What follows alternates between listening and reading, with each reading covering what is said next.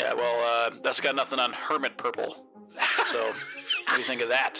Oh Nick has been wearing a purple tortoise shell on his back for 10 years. And that's why he can jump really high through the Kamehameha. I was talking JoJo. Oh, Hermit Purple. I can fix the television.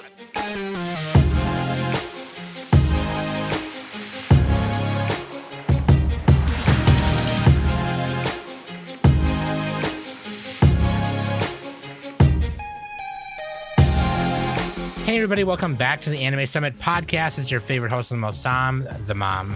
And of course with me every week is Danny Hootenanny. It's spooky season already, guys. And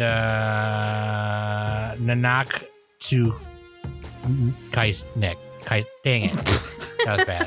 You messed that up. I missed it. That's human earthworm to you. That's Nick is actually Earthworm Jim. No, dude, freaking, it's time for the summer review, okay? Because it's the fall season, the leaves are falling on the ground, it smells like autumn outside. It means it's the end of summer, okay? I believe some shows for fall season have already started, and as some summer shows come to a close, it's time for a review. It's time to get in there. So let's just jump right in, okay? I don't even want to waste no time. We're going to get right into the summer review of 2023. Okay, links.animesummit.net. I'm going to tell you about this. And then, listen, I was very excited to open the Shopify and open the merch store. And we ran into some hiccups with the patrons' orders. And so I am very close to fixing all of that right now. I had already made an announcement on the Discord earlier today about it. So I sincerely apologize to the patrons and their orders getting held up and all that stuff. And I want to make sure it's good for everyone else before we open it up. So it was supposed to open this past week for everyone. That is not the case now because I want to make sure everything is copacetic before we do so. Okay. So I appreciate everyone's patience and everyone's support. Everyone's been really kind about it. And so I appreciate that, your continued support and continued kindness as I fix all this stuff. And me and Quokka are working through it right now. Okay. So thank you so much for that. Continue to be patient. It'll open when it opens. I'll make sure we do an announcement everywhere, Twitter, TikTok, all that good stuff. Okay. But that's another reason why you should always be checking links.animesummit.net is because that's where you can follow everything and join the Discord. I make a lot of announcements on Discord. Okay.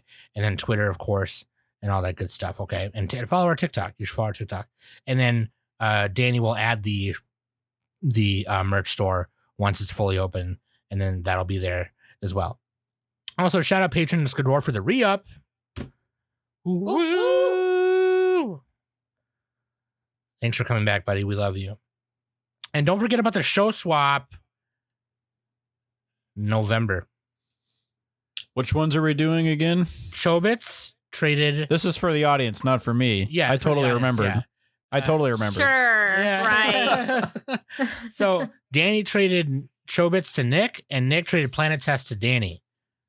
So there you go.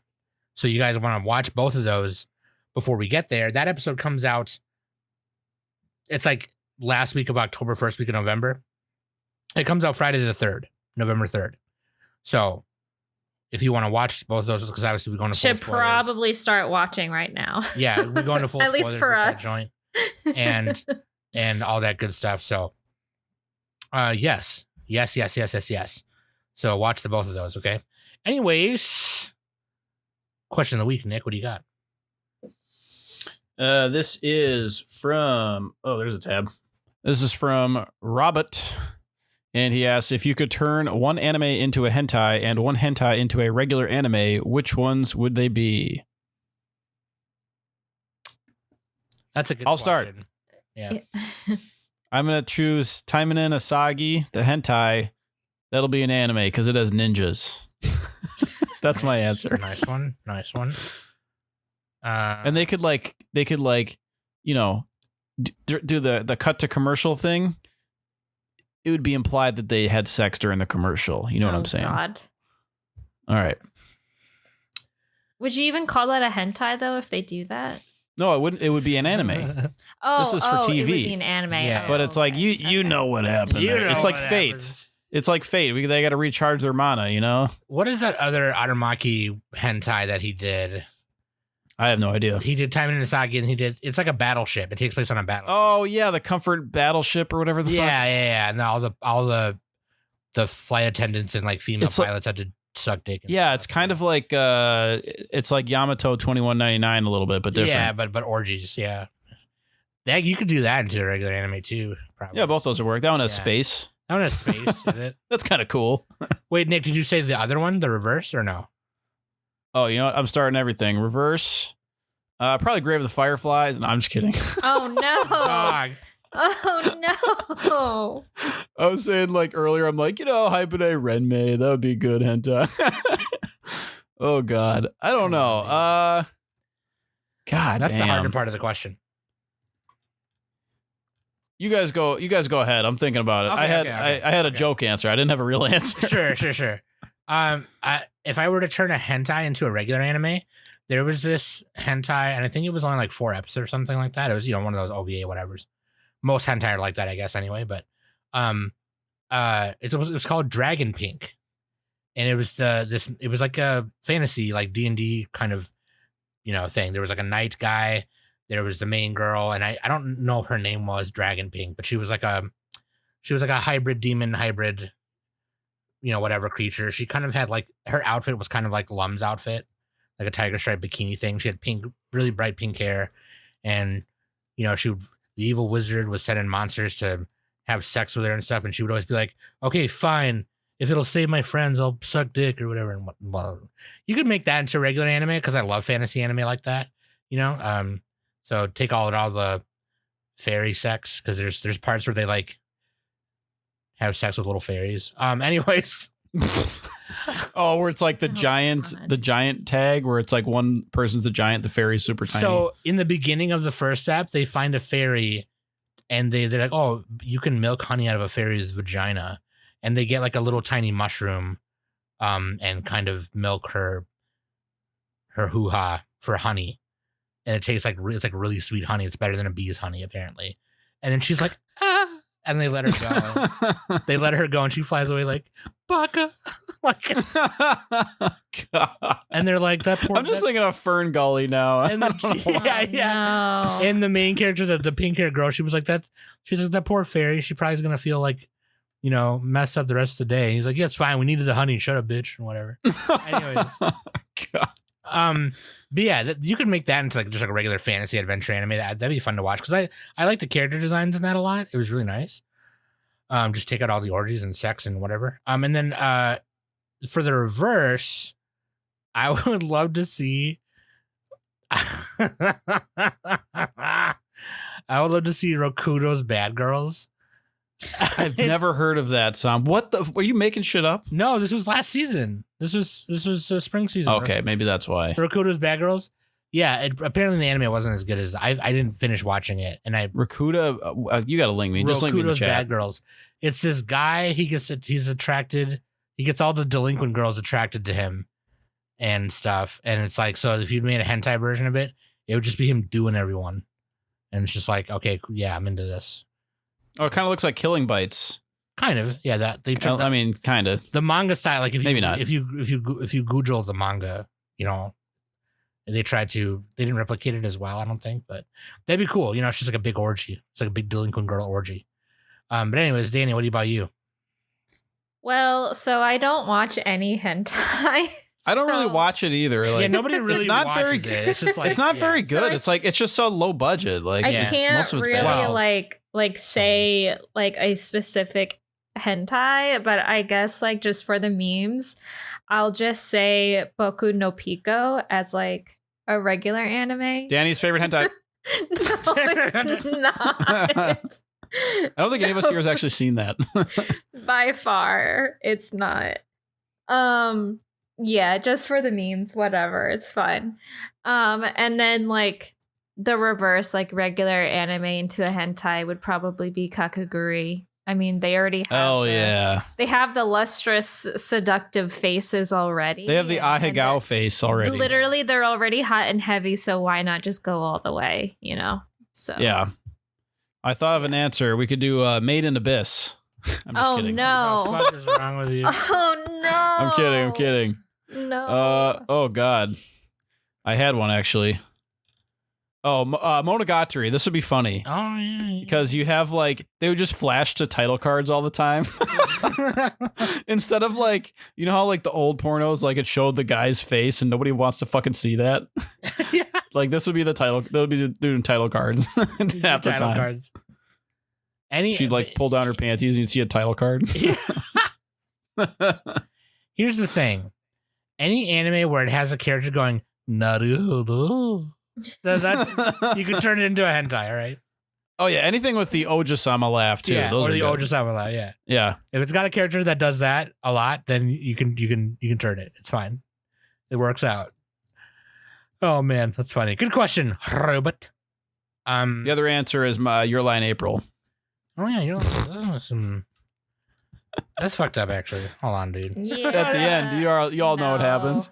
You don't know that. All right, Oh my Danny, we'll God. go to Waifu Husbando before Nick gives us another. Ugh. Devilman Wild Crybaby. answer. How about that? No, one? stop. Okay, no, actually Okay. though, I would no, hell yeah, I would watch the shit out of Oh. it. Yeah, there's monsters in that one. Yeah, Yeah. yeah, I mean, you Jujutsu know. Kaisen, honestly, that'd be a good one. Just It with would. Nobara. It would be a good one.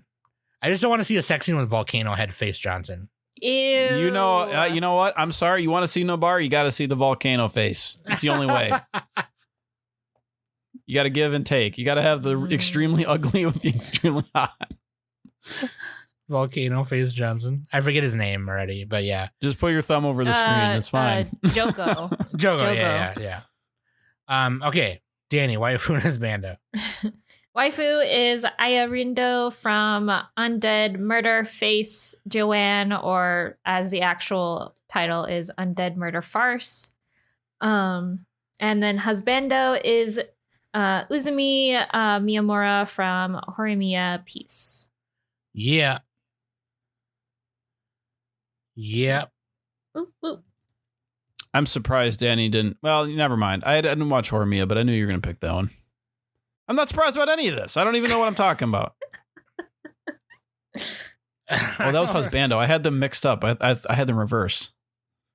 I thought you picked the headless lady. Oh, the headless lady is the waifu, right? Yeah, Ayarindo. Or no, Literally, sorry, that's the what I said. bodiless lady. The bodiless lady. Yeah, the body that's Yeah. yeah. That's my kind of woman. It's like, how you doing? Fine, other than the fact that I have no body. Yeah. She always said that. She always does like- say that all the time. Like, oh, how are you doing, Miss Aya? Oh, I'm fine. Just, without a body. It's okay. Other than the fact that I'm just ahead, I'm doing really great. Yeah, dude. Let's just jump right into it, man. We are looking at the Mal list right now, okay? And we're just gonna go in the order, go down and talk about each anime in the order. If we've seen it, obviously, we're not gonna talk about everyone, but in the order that it's in, just because it's easy to just look at what's popular and then kind of go down and then Yep. taper off. And we did not get everything. Sorry. Especially me. Sorry, but Especially not me. sorry. I mean, Yeah. they know how we do. We drop things in the beginning and all that good stuff. Yeah. So I'll say if you want a comprehensive, like almost every single show, go look at Otaku Spirit. They do almost every show. I don't know how they fucking do it. Those guys are demons. But there you go. We got our thing though. We're good. but also the fact that the plummet will cover the other stuff. Yeah, that's we true probably- actually. So between our two, we got a lot of them. So Yeah, they'll watch all the random stuff that we don't want to watch. I just don't have time, dude. I too got much time, Overwatch. except lately I've been. I'm just kidding. I definitely have more time than I haven't both had of you sex probably. in 4 years. I have more time than both of you combined. I've been busy playing Hades and But I have Blasphemous. worse time management than both of you combined. Fucking Danny will message me and she's like, "Are you playing game again?" I'm like, "No."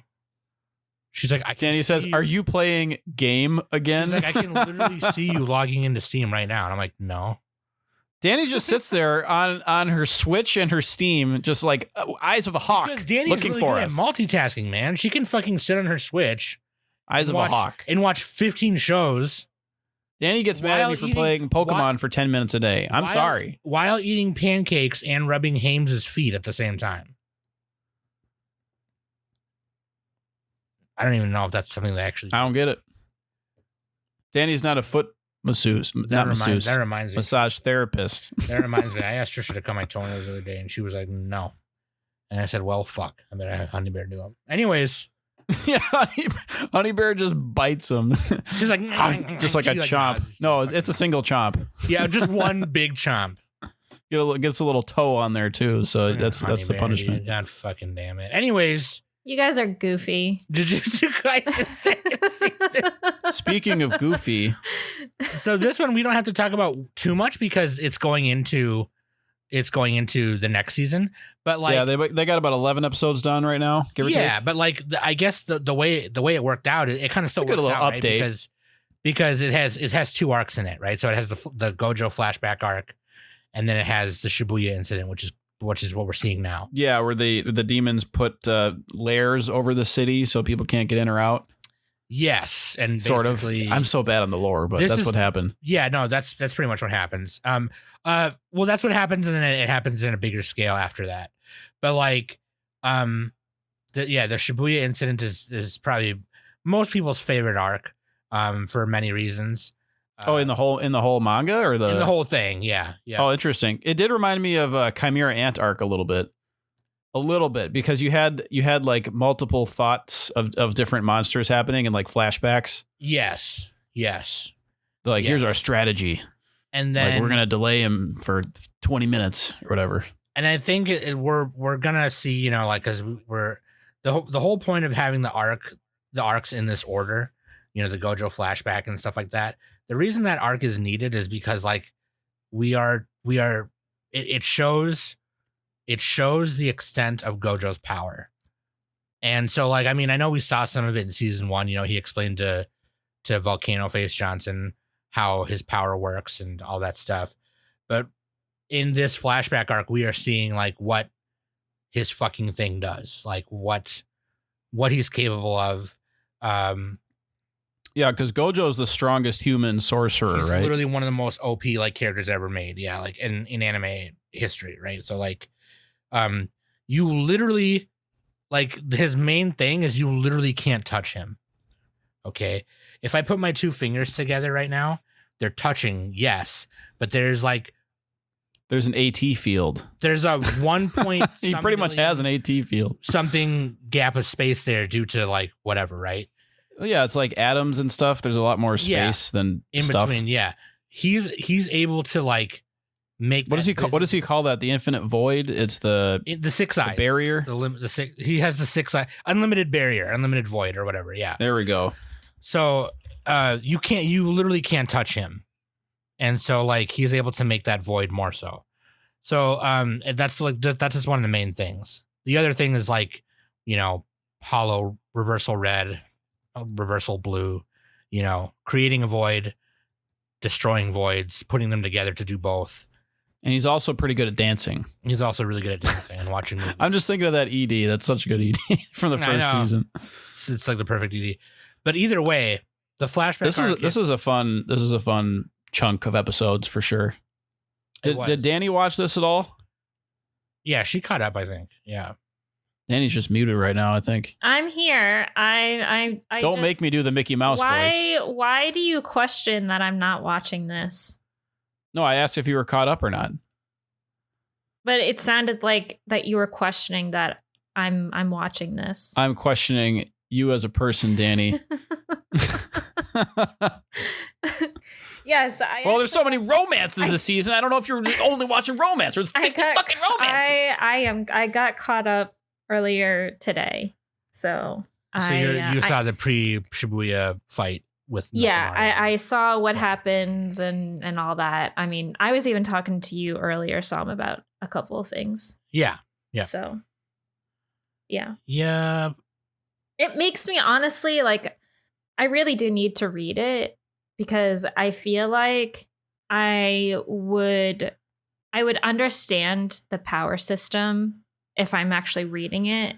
Yeah, it's so much explanation. I feel like dude. I feel like I'm not like when they explain it in the show, I feel like it's just going over my head. Like I don't understand it. There's some all parts that of it I well. still They're trying to resurrect Sakuna. Sakuna. So many S's. I know that part, but like Danny's talking about the power what, system. I'm talking about the power system that they have, like It's that the like- sorcerers have. Yeah, it's Oh, like Hunter x Hunter level of confusing. It's not Like- Nen, Yeah. but it's like something the else. domain, like all the Domain domains and all expansion, that that's kinda it, domain stuff. expansion. Yeah, like The- that. I'm just Yeah. like, what? I guess- the frick? Yeah, I mean, just watch a YouTube video on like JJK, powers and stuff. I guess power you would call system. it cursed technique or jujutsu sorcery is what the Yeah. power system's called. Yeah, and they're not fighting. They're not demons. They're like cursed they're humans? cursed spirits. Yeah, cursed spirits. I said demons. I'm thinking Demon Slayer. Spirits But, that linger. You know. I mean, it's pretty much the same as Demon Slayer, though. Kind of. I mean, there's you have cursed things that used to be human. and That's then there's the same things fucking thing. that are straight up curses, and they take a physical, incarnated form, like Mahito, right? Oh, this one is kind of in between Demon Slayer and Chainsaw Man, I would say, yeah, something like that. Yeah. in terms of like fucked up monsters. hmm But But it's all worth it to see Nobara's hoo-ha. the only thing I know is that like there's reversive curse techniques where it reverses. Obviously, it's in the name, and then there's the thing about domain expansions is like if I expand my domain around me and Danny, that means my next curse technique or hit is going to hit her. Right. There's no dodging it unless she expands hers, and it turns out that like the cursed like power in it is more than mine. There's like some rules and stipulations. It's like the Force from Star Wars, kind of. For domain expansions, I mean, maybe kind of in a way, but like, Yeah, So but anyway. so for Danny, What do we like- think of this arc? Oh, it was awesome. I mean, it's badass. I mean, it's Sorry, badass. we're just like explaining it. No, yeah, sorry, yeah. Basically, just go watch a video, like Nick said. But yeah, pretty much, Yeah. Like, Just go to YouTube and type my in. domain expansions would just be a bunch of brass knuckles and cats and knives. That's And what it would be. bears. And bears. So like, if You I would call expanded yourself millions meows instead of millions mine- knives. Yeah. If Danny were to expand hers, it'd be a bunch of I don't know. It'd be a bunch Wow. of Pizzas. It'd be a bunch of pizzas. You know me. No. I Danny, thought Danny, we were no. friends. Danny would have spaghetti noodles, and when she got really angry, she'd snap one in half. racist. And that's how you know shit's going down. God. Danny snaps a noodle in half. Oh fuck! Everybody get out! Danny's really into collecting figures and manga and ramen. She loves ramen, right? So it'd probably just be a bunch of ramen. Mine would be buckets Oh for my sure, dude. God. It would I'd be put your soul. I'd put your soul into a bucket. I'm so glad that I'm a mystery to you guys on what my domain expansion would be. No, it would probably be some magical girl shit. It would be straight up some magical. We'd be No, we're gonna lean into the hyper Italianism. she'd be Oh my no, God. she would expand it. You'd and it quote would The be- Godfather all the time. She would expand it, and we would just be in the middle of the galaxy and be like, "Oh, cool, we're in space," and then I would just not be able to breathe and I'd die. That's it. She takes No, I'd to give you. space. I'd give you a bucket full of air. You like breathing here, but no, it was cool, man. It was cool. You got to see. I'm enjoying it. Yeah. You got to Yeah, see- I liked actually the episode, kind of early middle where the God damn it, Yuji and Nobara and I think it was Megumi. This was kind of like an oddball filler episode where they were just like shopping and go to a movie. That was a fun No, episode. that was I don't know like why. literally the It was like the fifth episode or right something. Yeah. after, like literally the episode after the flashback? After the flashback happens. Yeah. Yeah. And then like Yuji was getting asked out by this girl. And then they're like, "Oh, it's like that, huh? It's like that." And like their Yeah, faces it's like, were so oh, funny. so you like him, and they're See, this like, is what yes, these shows like, need. You need a little bit of humor in them. I'm wondering how that's going to circle back because they haven't gone back to that yet. But either way, it was fun. I just imagine them like every time. I imagine the ED for season 1 of like Nobara shopping. She's like dancing through the doorway. Yeah, good It's- show. I like the arc. Very enjoyable. I was very. Jujutsu Kaisen is not mid, unlike some people say it's mid. It's mid plus. Mid plus plus. I was kind of hoping I wouldn't see differences of the directing. The first season was directed by Sung Hoo Park. I was about to say that. Yeah. We've seen his work, in God I'd have to of High rewatch School the first one. and in the first season, and like fucking, Shingo Yamashita, OP is was amazing, right? And I was hoping we would have a new director, Shota Gosho Zono, which I've never, I don't know who that is, but like, a lot of the storyboard artists that did such a great job in the first season were not on this one, and Yamashita being one of them. And I was kind of hoping we wouldn't see a difference, and I personally kind of did, and not that it was bad, I thought they did a good job. I think they did a great job. It just is not like, like the fight that when the Mechamaru fight with Mahito, number one, and the Gojo fights in the flashback arc were really good too. And the OP was really nice as well. And I could tell in the OP that they were trying to kind of keep that energy. So I appreciate that. As long as they keep up the momentum in some way, that's a Sam nitpicky thing, because I'm a big fan of Yamashita and Sang-Hoo Park and the way they do their work. But that being said, there was like a thing that came out about this where they all had to sign an NDA. All the Mappa. Yeah, yep. They made their animators and shit sign an NDA about. Mappa's basically a black company, right? Kinda. Yeah, they that's like. And that's not like the good kind of black. Like, no, not the numbers are in the black, but it's like you're kind of fucked. Like it's like the Zom 100 black company, which we'll talk about in a second. Yeah, because that sucks. Honestly, to be fair, aren't most of those studios black companies? I feel like most, not like, except for Kyoto Animation and maybe a couple. Saru, no, Yeah, I don't know. I haven't delved into it, but. But they, and for a lot of episodes too, they outsourced a shit ton. That's most animes, but like there was a lot for this one. There was a lot of you could tell in some episodes in the middle, especially, or the later ones in the beginning of Shibuya, that was like A1 Pictures and Chinese and whatever, and they did fine. It's just like. Cheaped out a little bit. Yeah, a little bit. Well, as long as they have good fights, I don't care too much. Again, I did find it funny that the one character had her braid over her mouth, so they didn't have to animate her mouth.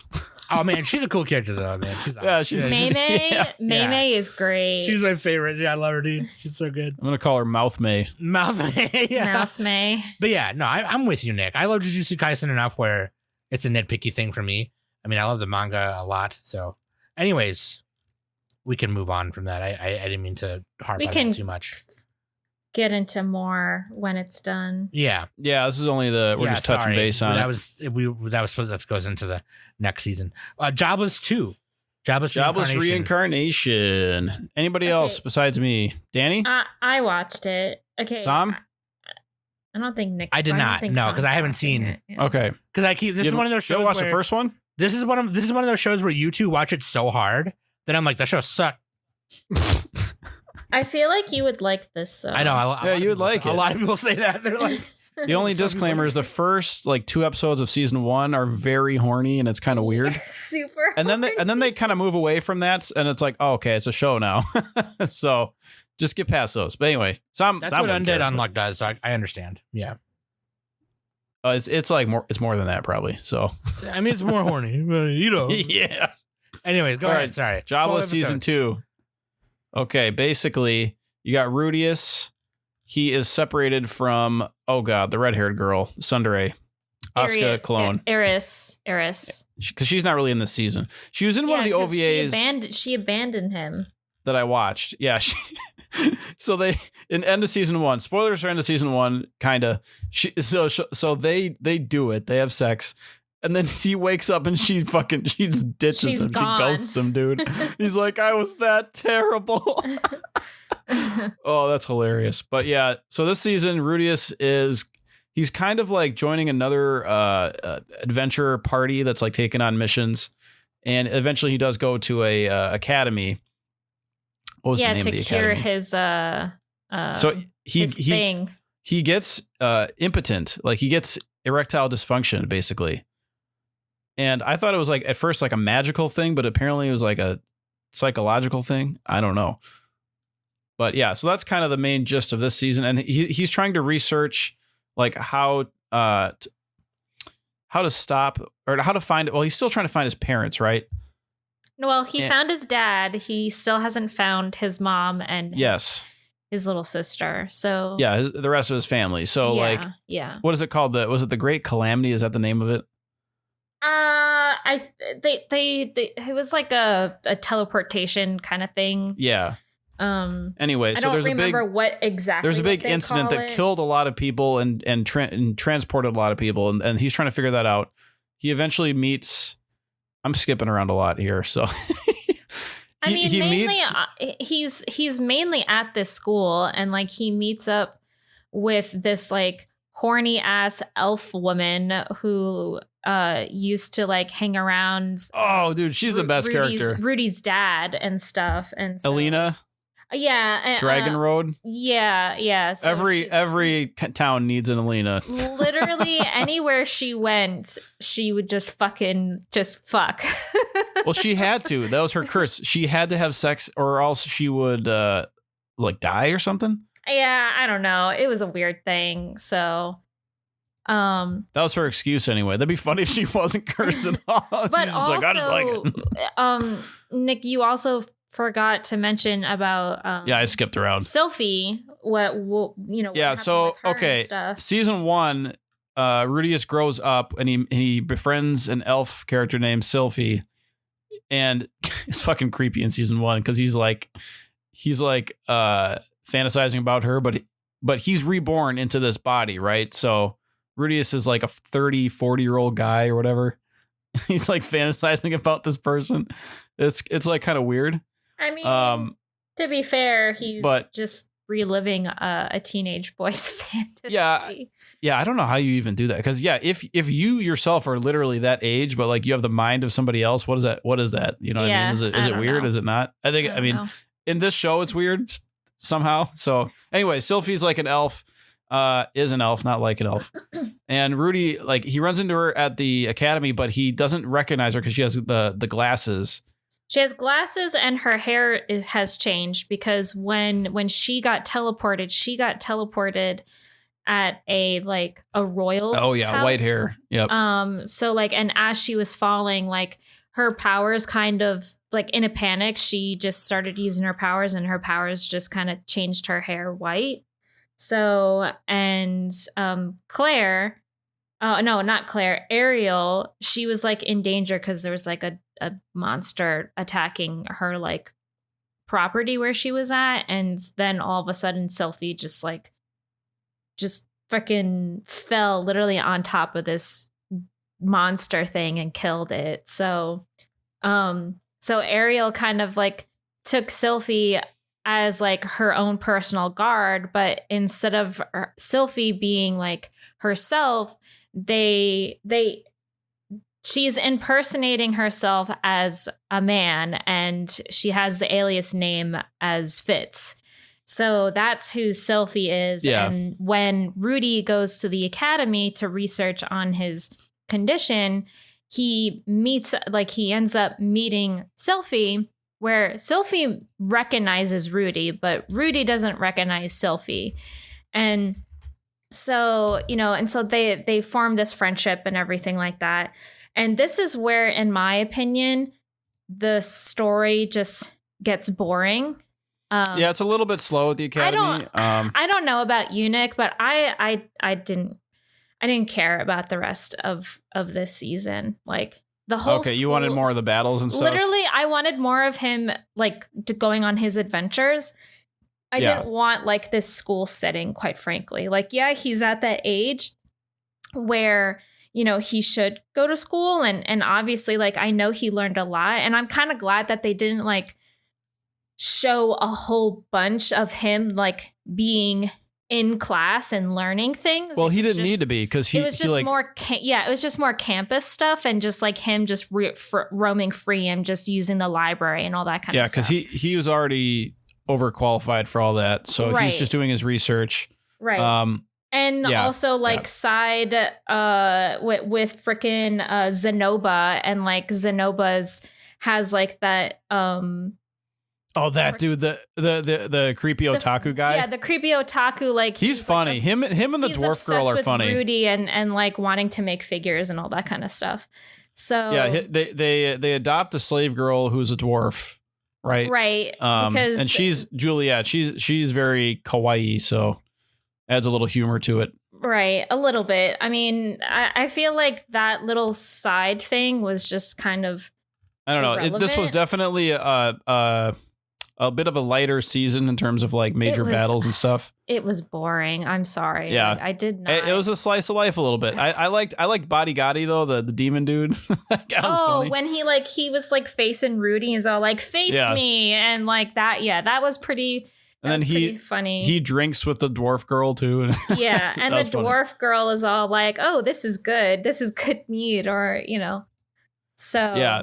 So I see what you're saying though. Not enough like major plot points. Yeah, Rudy does and, like- eventually meet a character near the end. I don't want to spoil too much. He meets a character near the end who reveals certain things to him. right. Yeah, And then that's when it really starts to like get moving a little bit more. that part got but yeah. interesting, but then they went right back into the whole school life thing, and literally, Sylphie just being a fucking coward and not telling Rudy for like the remainder of the show on or on like who she is. Like it literally took the end of the show of the season for Rudy to finally realize that Fitz is Sylphie. And I'm just like, okay, I've watched so many romances and typically that is usually what happens, like when like romantic feelings, like it literally kind of climaxes at the end of the show. But this was just like super annoying kind of thing. Like I well, they could actually not- did it though, Dana. They actually had I know sex. they Spoilers. actually did it, but at the same time, I'm just like, girl, you had so many opportunities to tell Rudy, hey, I'm your childhood friend from way back when. Remember me? Like, so, and even Ariel was all like, okay, selfie girl, what are you doing here? Like, Go you get had- your man. Go get like, your man. You literally had these XYZ opportunities and you're not taking them. So what Yeah. are we doing? Like, I think Danny's honestly, impatient. I was so glad that Ariel This is was all still like, faster than every other anime romance. girl, what are you doing? This is to be fair, it's a lot faster than other anime romances. It took him like a few episodes. But I don't know. It was just boring. I didn't care for it. Yeah. Like, give me just go on your adventures, Rudy. I want to see more of that. Like, I I'm did not- find it funny that he got wrecked by that other girl though.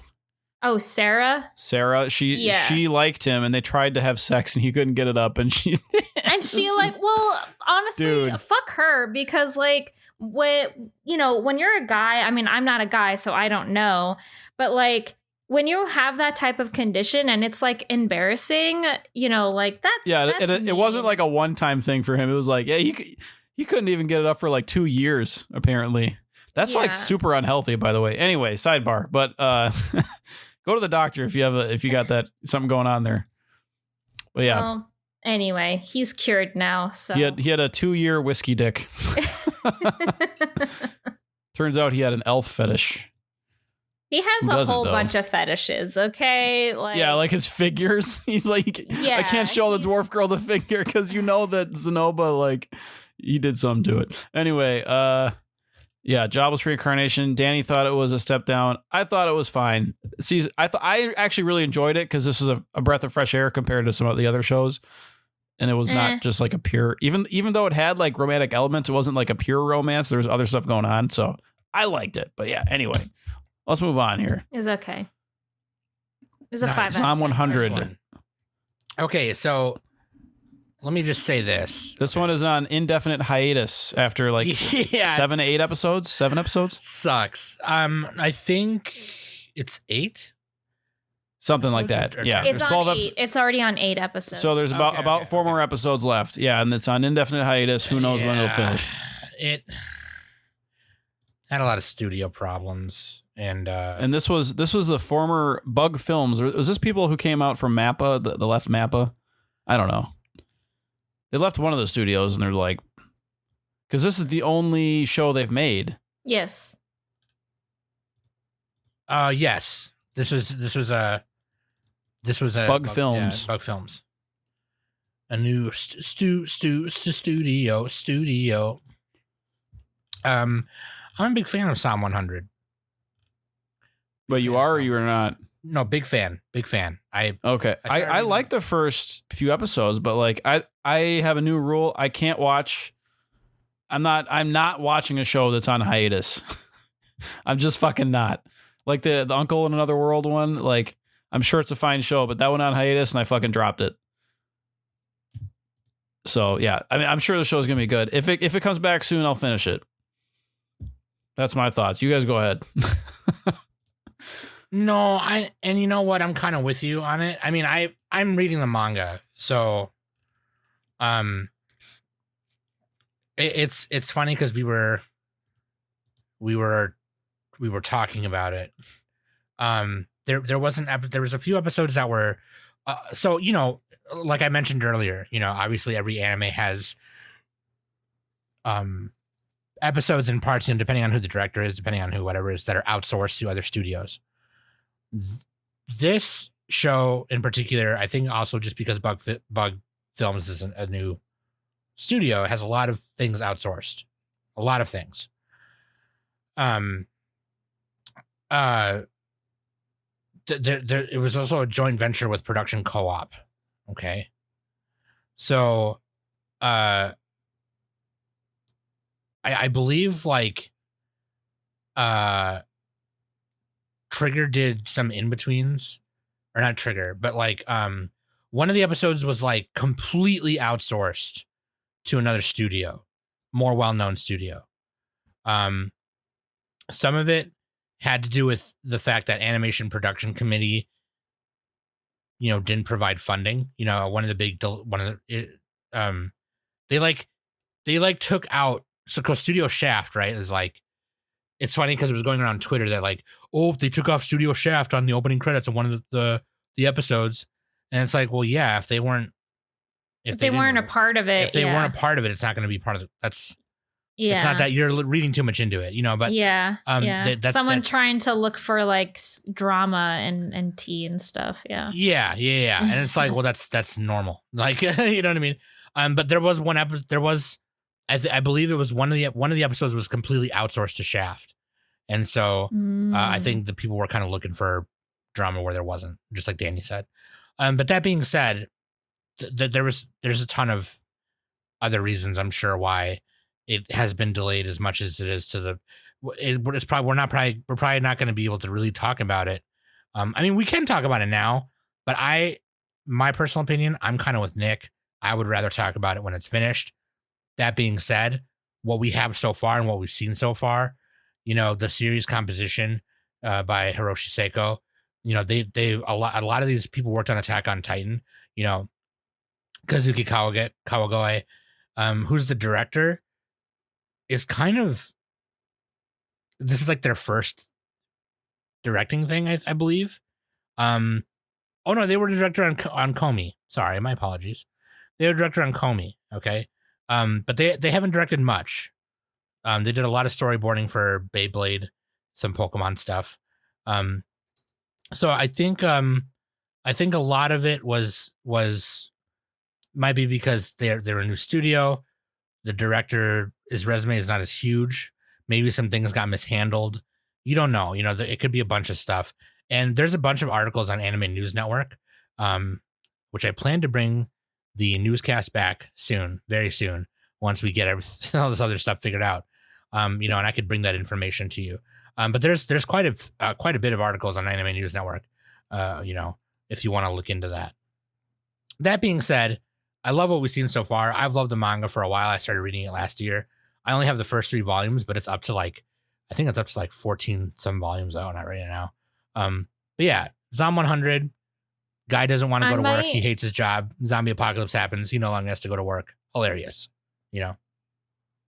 I might actually read it because if it's going to be delayed indefinitely and you want to see what happens, right? Yeah. Literally, I mean, like I enjoyed it. Like it was fun. You know, I mean, the OP is stellar. Like I think it's one of the best OPs.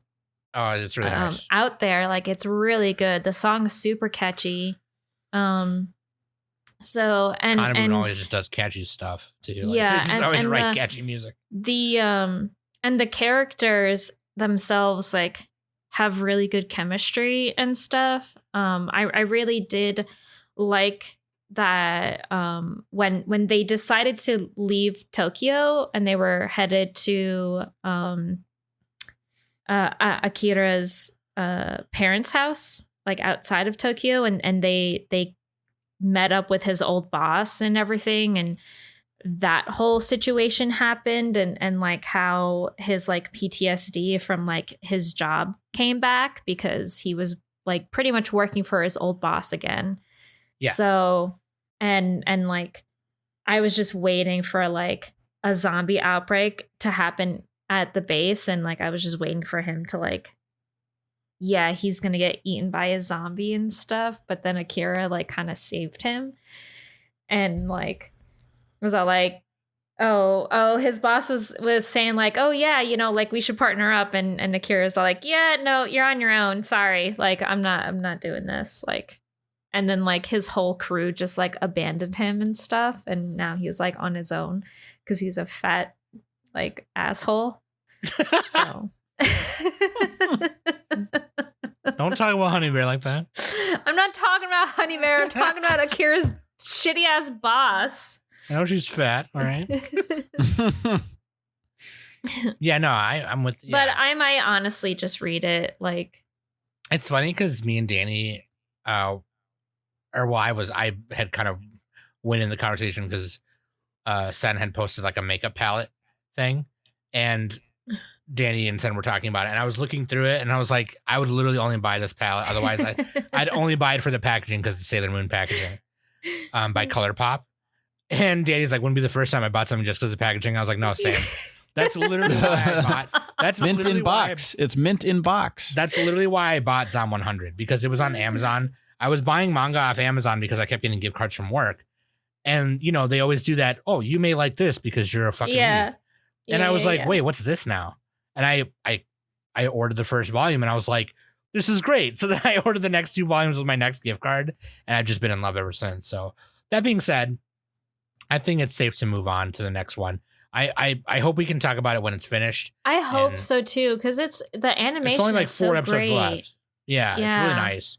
So The colorful vibe from the manga, you know, that the presentation, the way it presents itself art wise, they keep that same vibe in the anime, which is like, yeah. there was no other way to do it. This is the way to do it, I think, and they're doing it really well. So It's really unfortunate that like It it is. is on hiatus and everything. I'm just like, it "Ah, is. that sucks. Next, oh my god, dude, so I'm in the middle of watching this. As soon as we're done recording and I'm done editing and putting this up, I'm gonna finish this. But Wait. You didn't finish Horimiya? You didn't I watch the didn't. very last episode? No, I Hey, didn't. Danny, neither You did I. fucking did. Hey, I Danny, told neither you to did I. watch it. No, I have like I had it on my list and I ran out of time. But here's what's great about this, right? Horimiya, right? When we talked about it in the first impressions, Danny, I was like, I'm listening. oh Yeah, yeah. not me. I didn't. Yeah. I was like, oh yeah, this is kind of just like it runs alongside season 1 kind of thing, right?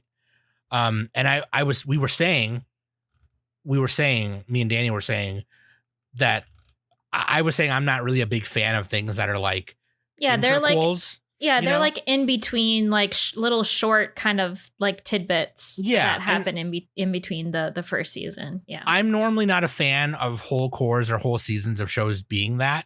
Like, just give me the fucking sequel, right? But then me and Danny were watching it and we were like, but no, this is actually like, it almost is like pretty much a season 2. Like Yeah. the way This is the stories we're No, getting and stuff like that. And actually- then I fucking Googled it. It turns out that the first season skipped like 60 chapters worth of stuff. yeah. And I was like, oh, wait a minute.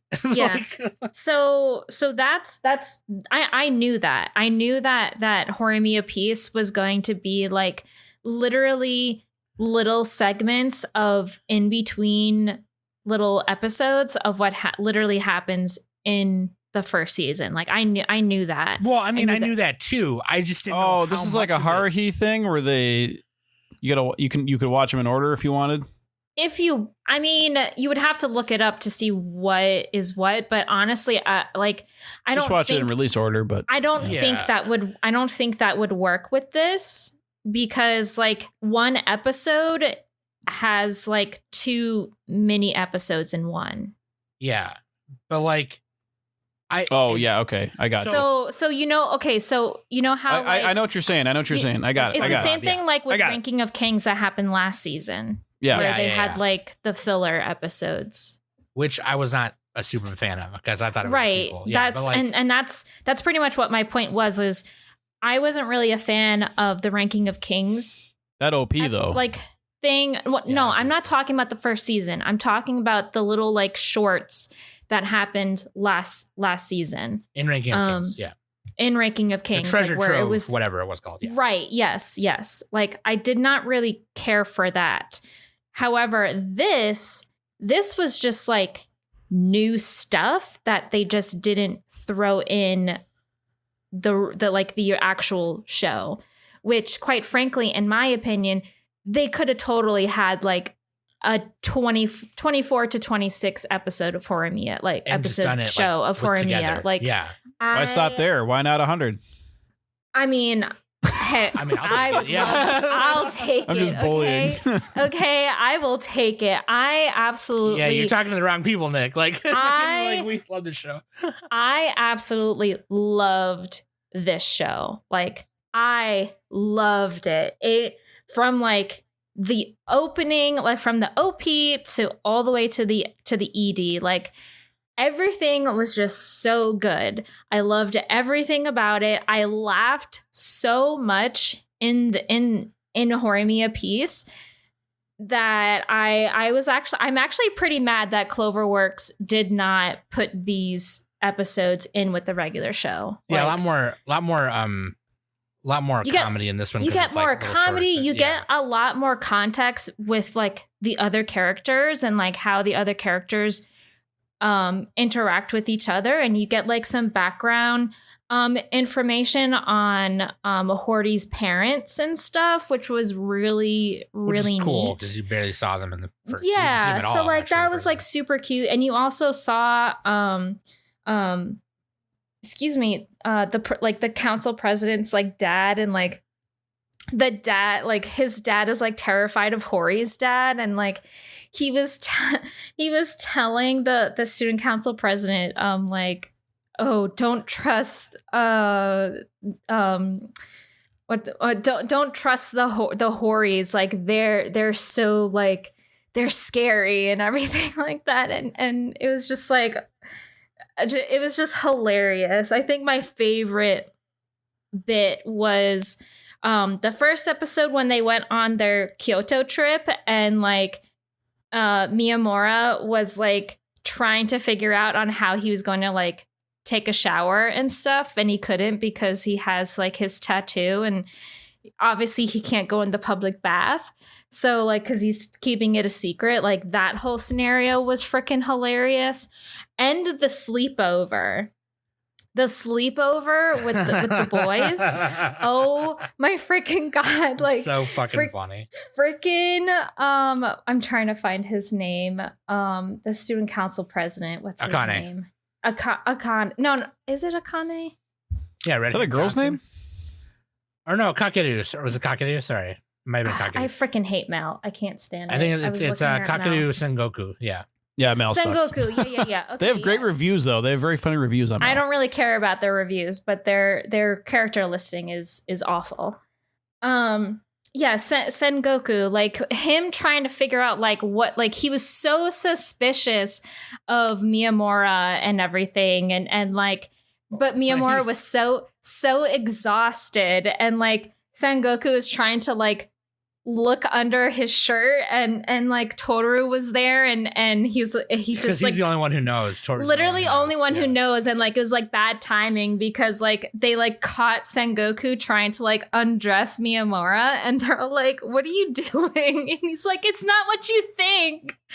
Like, oh, it's so funny. And there's so many fun moments, like the freaking tonkatsu at Hori's house with like her, Miyamura, Shota, and her dad like literally intertwined underneath because they took a freaking nap. Yeah. Oh man, And well, that's what I so was, good. That's what I was about to say too. Is in that episode in particular, I'm gonna cite because and it's not that I didn't know that it was stuff missing from the manga. I just didn't know that in season 1 they skipped that much of it. Yeah. Like it was a lot. It was like, cause I went to like the Horimiya wiki and I was seeing comments from, 2 years ago from when the original show, the first season aired. And they're like, wow, they skipped this many episodes or this many chapters. And I was like, what the fuck? Like, that's so crazy to me. Like, honestly, it makes me want to read it even more, quite frankly. Yeah. Why not just fucking just do the 24? You know what I mean? Yeah. So, so when I saw that, by the way, when we did our first impressions, I only watched the first 2 episodes. I think you only watched the first 2. Yeah. And so when I saw that and I was like, okay, I have to catch up for the review. Let's jump into Horimiya. And I literally jumped in the middle of the show. I jumped into that episode without having seen 3, 4, and 5 because I wanted to see if I would understand it. And I completely did. And it was just so like that's how well it's crafted. You can watch it alongside or watch it after and understand everything. It's perfectly fine. You know what I mean? You know who all the characters are. It's almost like picking up where pieces in the middle left off and things like that. And it's fine. Right. Honestly, I mean, you didn't even know, like, you don't even really need to pay attention on what happens in like the parent show, like of Horimiya and stuff. But I will say, like, I think it would have been so much better if they just like threw it like if they just did it in order, like if they just did it in order anyway, kind of thing. Like, I mean, I get it. Like, well, maybe they thought that it wasn't going to be successful, so they just that's what I'm thinking. Yeah. Because, like, honestly, I will admit, like, I mean, there are popular shoujo and really a lot of popular romance out there that do have like 24 to 26 episodes, but very rarely they ever get like a second season kind of thing. So I honestly, I wish that they would have just had everything all in one show because I feel like it would make it so much better. But honestly, I will take what I get. I absolutely loved Missing Pieces. Like I said, I enjoyed it so much out of everything this season. I like I said, I was smiling and laughing throughout the whole entire thing. I'm sad it's over. Like, they graduated. I want more of like Hori and Miyamura's relationship. Like, when you finish, I don't want to spoil like the last episode. Sure. Because honestly, I cried at the last episode. No, I was on a fucking roll and I was like, oh fuck, we have to record. So then I had to pee and stuff. You need to tell me your thoughts on episode 13 because I genuinely want more. Like, yeah, I for real, like, I want more of them like going to college and I just want more of their life. The manga is still going? The manga's finished. No, the manga's finished. Oh, okay, never mind. Yeah. Yeah, so maybe, I don't know, because the end of the first season was kind of like you knew they graduated, but it didn't show much of it at all. Yeah. It just kind of showed some other stuff. So it was like it kind of like you could watch it by itself and this just fills in everything, which is cool. But yeah, Horimiya, great. I'm gonna finish it, and Danny, I will slide into the DMs when I'm done. Yeah, do it. Yeah. Don't forget. Yeah. Love Horimiya. And I always love the little like side text bubbles that they fill, like where with that episode in particular where he's asking him, why don't you take off your shirt or whatever? And he's like, because I just don't or whatever. And then his little side box that points to Izumi and goes, finally gets it. Yeah, yeah. He doesn't realize that Toru was like protecting him this whole time. Yeah. It's funny, man. Okay, let's see what we got here. Bleach, 1,000 Year Blood War. Look, there's a lot of people in our Discord right now telling us to watch Bleach, or at least watch 1,000 Year Blood War and things like that. I'm gonna tell you what. I'm gonna read Bleach, and then I'm gonna watch 1,000 Year Blood War. How about that? As soon as I am caught up with nominated for Manga Book Club. As soon as I'm done with a ton of other. Sam's not manga. going to come to book club. Yeah, Sam never comes to book club. I don't know why. I have to poop in the morning. I say as somebody who hasn't been in like 2 months. Yeah, what the hell? Like, Yeah, no, I'm pretty sure this Sunday I have to pee, so I don't know if I'll be able to make it. excuses. I'm gonna try to make it at least once this month. I'm gonna try. Yeah, Nick, we should make it Excuses. we should make it a habit to at least show up one. The thing is too is like I feel bad about showing up when I haven't been. Oftentimes, what happens is they'll nominate something and they'll post it. And I'll be like, oh, I'm gonna read that, and I'll fucking read it on my own and just like not come to a meeting. But anyways, yeah, 1,000 Year Blood War looks fucking sick. By the way, Yes, we will. Sam will get to it for sure. The rest of us, maybe. yeah, maybe we'll All right. do a separate episode. My Happy Marriage. We Yeah, gotta keep okay. moving here. Look, can I, Kinema Citrus, romance. China Drama Citrus. fantasy. What was that other show I mentioned on the first impressions where I hated it, and it was like this? I don't know. Oh, Taisho Otome. Oh, Whatever. Fairy Tale. Taisho Tome Fairy Tale. Yeah, Yeah. I think I watched that one. And I was like, that show sucked because the fucking guy was all like, boo hoo hoo, my life sucks and I have a small poo poo head, poopy. And I hated it. And his family was annoying. And I'm like, dude, as soon as That's the same show. this is that show, but better, in my opinion. Yeah, That it's show, like it's a bit. They're different. no, okay. As soon as a family member Danny is would come just up- seething right now. as soon as a family member would come up to me and act I all do have stupid, a few words. Nah, man, the Otome show can go to hell. This All right, show- let's just talk about it. My Happy Marriage was great. 12 episodes on Buttflix. I watched it all on Buttflix.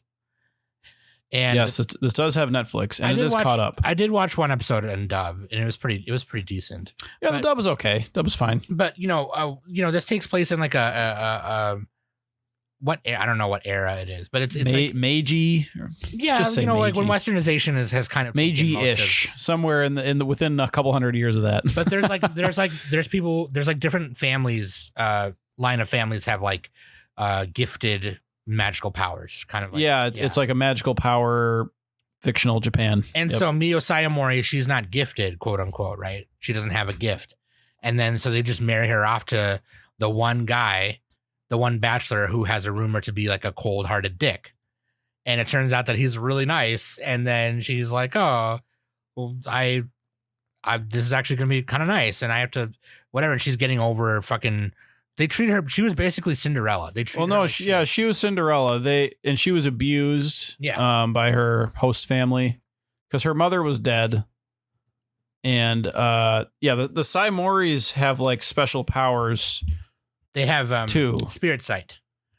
Yeah, spirit sight, and you learn later in the show that Mio can see like dreams. She can affect people's dreams. So She has essentially, dream she can do sight, like yeah. she can essentially like mind control people, like She can inception them. inception people. She can inception people if she trains.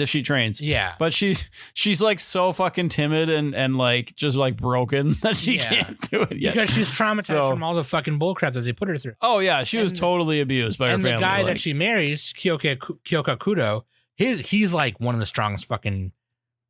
magical he's like a people. general or He's he's a high-ranking military officer. So. Yeah, he's basically Satoru Gojo in this world. Like he can fucking void. No, he's not that good because he loses a duel to some guy. But I'm saying in if like it's scaled to this world, he's basically the Gojo. he's a young this captain. Okay, there we go. He Special fucking forces hollow captain. purples you in the face, you die. Go to hell.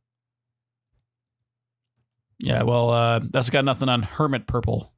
So, what do you think of that? Oh my Nick has been wearing God. a purple tortoise shell on his back for 10 years.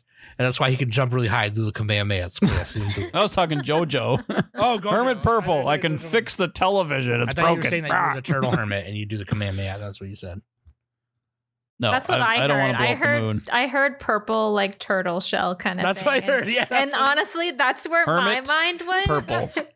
oh my God. So All right. I don't Horror, think or not horror Mia. God damn it. My Happy Marriage. I watched only the first it all episode blends together. when we did the first impressions. And Danny. All right, so shut up and let the real people talk, so then Sam. Danny was like, Sam, you have to watch My Happy Marriage, you dumb slut. Oh, you And I did. You said- did watch the show. You did finish. I it. did. I did finish. Yeah. Oh, I And thought you then- said you only watched the first episode. No, well, Danny was trying to put me on. Yeah. And I was All like, right. okay, calm down. Okay, I'll fucking. All right, let's talk about it. Let's talk about it. Well, we've been talking this whole time. You were talking about being a turtle hermit, so I want to hear Danny's You know, Cinderella I mean- with superpowers. Danny's basically Launch. You know, she just sneezes and it's over.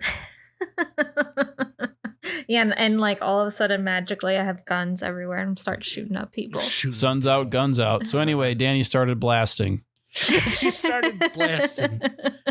Yeah, what do you think of My Happy Marriage, Danny? Yeah, I fucking loved it. I absolutely loved it. This was definitely something up my alley. Absolutely. It deserves all the praise that it has. I know a couple of people on Discord really were not happy with the events that were happening in this show, particularly the events that were happening with Mio and stuff. And it was hard to watch. I know a bunch of people kept saying that Kudo, like his actions towards Mio weren't the right actions. And quite It's in frankly, the Meiji era. What is he supposed to do? He doesn't have psychology. like I will disagree that like with Mio's situation, like you have to look at the big picture. You can't always look at what Mio's going through. You also have to look at what Kudo is going through as well. Like, one, this is an arranged marriage. So obviously like these two are like they're just meeting each other. They're getting to know each other and stuff. And of course, like arranged marriages, especially in Japan, and I just looked up where My Happy Marriage takes place, and it takes place in the Meiji era, which is 1868 to 1912. So, and around that time, arranged marriages have been a thing for so long in Japan. Oh yeah, so yeah. you know, Well, they can Asia in general. work if you're not abused. yeah. Right. I think a lot of I'm arranged not- marriages, like you get a couple options or whatever. It's not necessarily just one. Right. but And anyway, yeah. obviously, like they from what I have seen, especially in this show, you know, especially with Kudo and like how he treated Mio, you know, I thought he treated Mio with, you know, all the kindness in the world and everything like that. I mean, like he was super not like he has this reputation around the town where like he never like his like chosen spouse or whatever like never lasted, and he's like this ruthless person who never manages to settle with a wife or whatever. So but like when you actually meet him, and even his housekeeper is like super nice, and like it's just like a completely different atmosphere compared to the Saimori house. And again, like it's like what Sam said, and Nick, like Mio is just super timid. Like she has trauma. Like she thinks that no matter where she goes, if she even like remotely speaks up, someone's gonna reprimand her and say, "No, you're wrong. Like, what are you talking about? She's are you a bug. stupid?" Like, Yeah. She's nothing. like they're like she's just so afraid of that, and like yeah. even and Kudo, you know, seeing that, like and like even trying to like encourage her, like, tell me how you feel. I want to know what you're thinking and stuff. That's a guy thing, though. Girls never say that. That's fucking okay. You're bullshit. Complete bullshit. Fucking Okay, dude, come on. that's I'm fine. fucking bullshit. All right, I'm just fine, Danny. You should know. I should know because I'm I just have fine. gone through There's it. nothing okay? wrong. Nope, nothing wrong. Get the fuck out of here, bitch. God. I don't know what I want to eat. No, I don't want to eat that. You should know what I want to eat. That's not what I'm just talking about, okay? I I'm not know. talking about like what I want to eat for that day or whatever. I'm talking about like actual feelings, you know, Yeah, like if yeah. something is bothering you, you know, tell me. Like that is what a partner is there for. Like Yeah. like this is like a two for one kind of thing. Like it literally takes two to tango. And in order for a relationship to work, like both parties have to communicate with each other. And Yeah. obviously Mio said, yeah, okay, I'll do that. But obviously Mio was not doing that. Like she was still afraid. And like she didn't want to Kudo bother him, you know? literally it was so Especially with his afraid that job. she felt like she was such a burden to Kudo and stuff. And like I feel sympathy for Mio and everything. I don't feel any like anger towards this show or anything like that. Like, I know a couple of people don't like this show because of like the major abuse that happens in the show, and like, you know, people were saying that, you know, Mio should just speak up, and it's all like, well, how can she? Like, If you she's don't just listen, literally she was abused her whole life. Yeah. Like, it's Yeah. really not that Good luck with simple. that. yeah. So I just and wanna- like everyone was telling, like, saying that Kudo, Especially like, in the shouldn't time have- period. right? And Yeah, like yeah. everyone Well, was you have to account for the time period, because nowadays you get away with speaking out, but like back then she couldn't. right, Yeah. and like people were even saying that Kudo was a piece of shit as well, and I'm just like Dude, that. no. That's I mean- like I mean, completely wrong. compared to the rest of them, he wasn't. God, every other character was Well, like evil as shit. And So I yeah. just want to say this: Kudo. He later would recognize that too. He was like, "Crap! Like maybe I made her feel like she couldn't come to me." You know what I mean? Like, I should right, just and spell, and spell it out for her so that way she understands. And also, he wasn't recognizing how hard it was for her. for to do her, so. right? And so, right. like, and I just want to say this, and I don't want to put all Trisha's business out there. Okay, I will say this with as little detail as possible. The beginning of me and Trisha's relationship was literally like that. She was Mio, 100%, and she when I was watching it, Danny and Nick, when I was watching it, she been sat next to me when I was watching it. We were Mm. and we ordered food because I don't want to cook. You know, I was tired and in a lot of pain. And we ordered food, and she's like, "Do you want to eat upstairs?" Or I went and picked her up from work, and we ordered food, and we went and picked it up. And then we came home. She's like, "Do you want to eat upstairs or down here?" I was like, "Well, let's go eat upstairs because I'm watching My Happy Marriage right now, and you know, I can watch while we eat. You know, I can catch up while we eat." And she'd been sat next to me while we were eating, and she was kind of asking questions, you know, because obviously Trisha jumped in the fucking middle of it. Right in the middle, And she's yeah. asking questions like, well, so who's this and who's that or whatever. And it was in one of those scenes where he was like, you can tell me when this happens and this happens. And so then Trisha was like, well, what's going on with her? Well, what's her deal? You know, I paused it and I explained to her what the beginning was. And then Trisha continued to watch a few episodes with me. And Trisha does this thing where she nervous laughs when she remembers trauma. Yeah. And so she kind of was like, oh bitch, man. like, I know what that's like. You know what I mean? Like, she does like that trucker mechanic thing. She's like, oh, yep, that fucking V6 will do that to you, you know? That's what she does. Yeah. And She does the A Dune. yeah. She's like, yep, that's how they get you. The fucking National Enquirer. But like, yeah, no, like Trisha immediately recognized all of the mannerisms and things that Mio was drawn with. You know, the way they animated her character acting in the show. She immediately recognized all of it. How she always looks down, how she looks Mhm. tired all the time, how the way she responds to people. She literally did that to me. And there were so many times where I had to be like, you can talk to me, dude. You can fucking talk to me. And I was not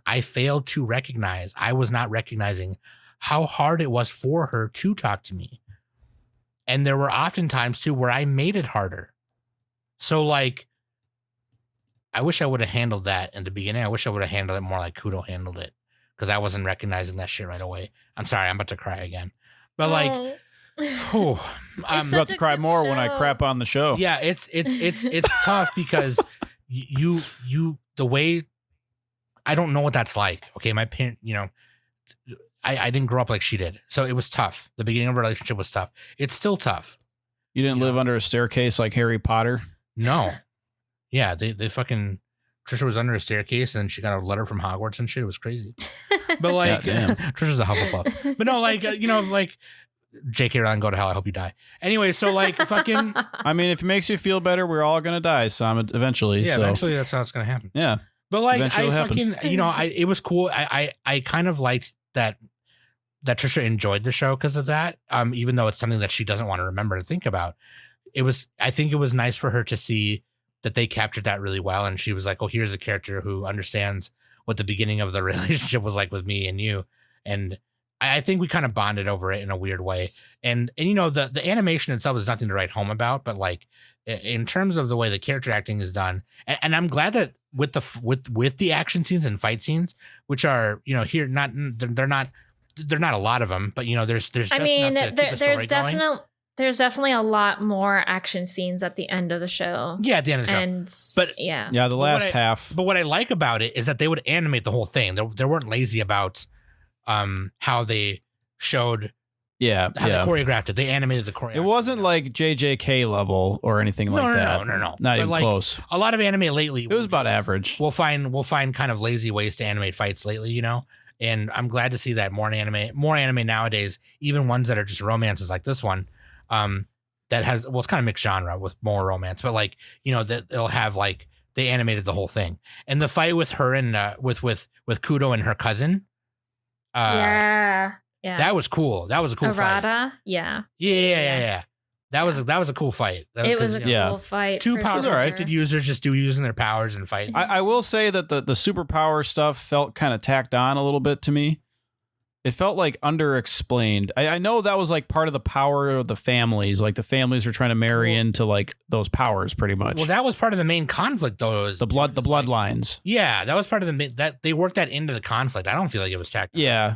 Because It just like compared to these other power systems, it felt underdeveloped to me compared to other power Well, systems. sorry. Okay, now I Yeah, don't really think that the power system in this show is really. Yeah, I mean it's not the point, but It's it not the felt point, and extra. it's not so all if it's that- not the point, then they don't need it. Yeah. Well, They could have done this whole story without any of that. Right. They could have had like other methods of that. But again, like it's just secondary. Like Yeah, this, I mean the it show did make is it about the show is about more unique, I guess. Kudo and Mio's relationship. Yeah, I think I'll also say that like so those two were the most interesting characters. Most of the other characters were not that great. They were kind of just in the background. I don't know. I disagree because I think the powers in it were part of the main story and they mattered a lot. Well, no, it is part of the main story. It was just it felt a little bit underdone to me.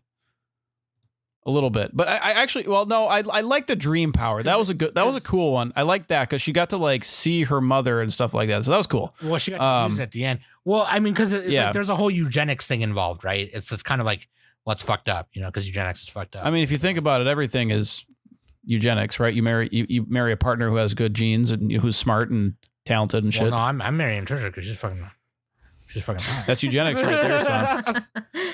Eugenics is like on a big scale, like the government decides that, like, all right, you and you.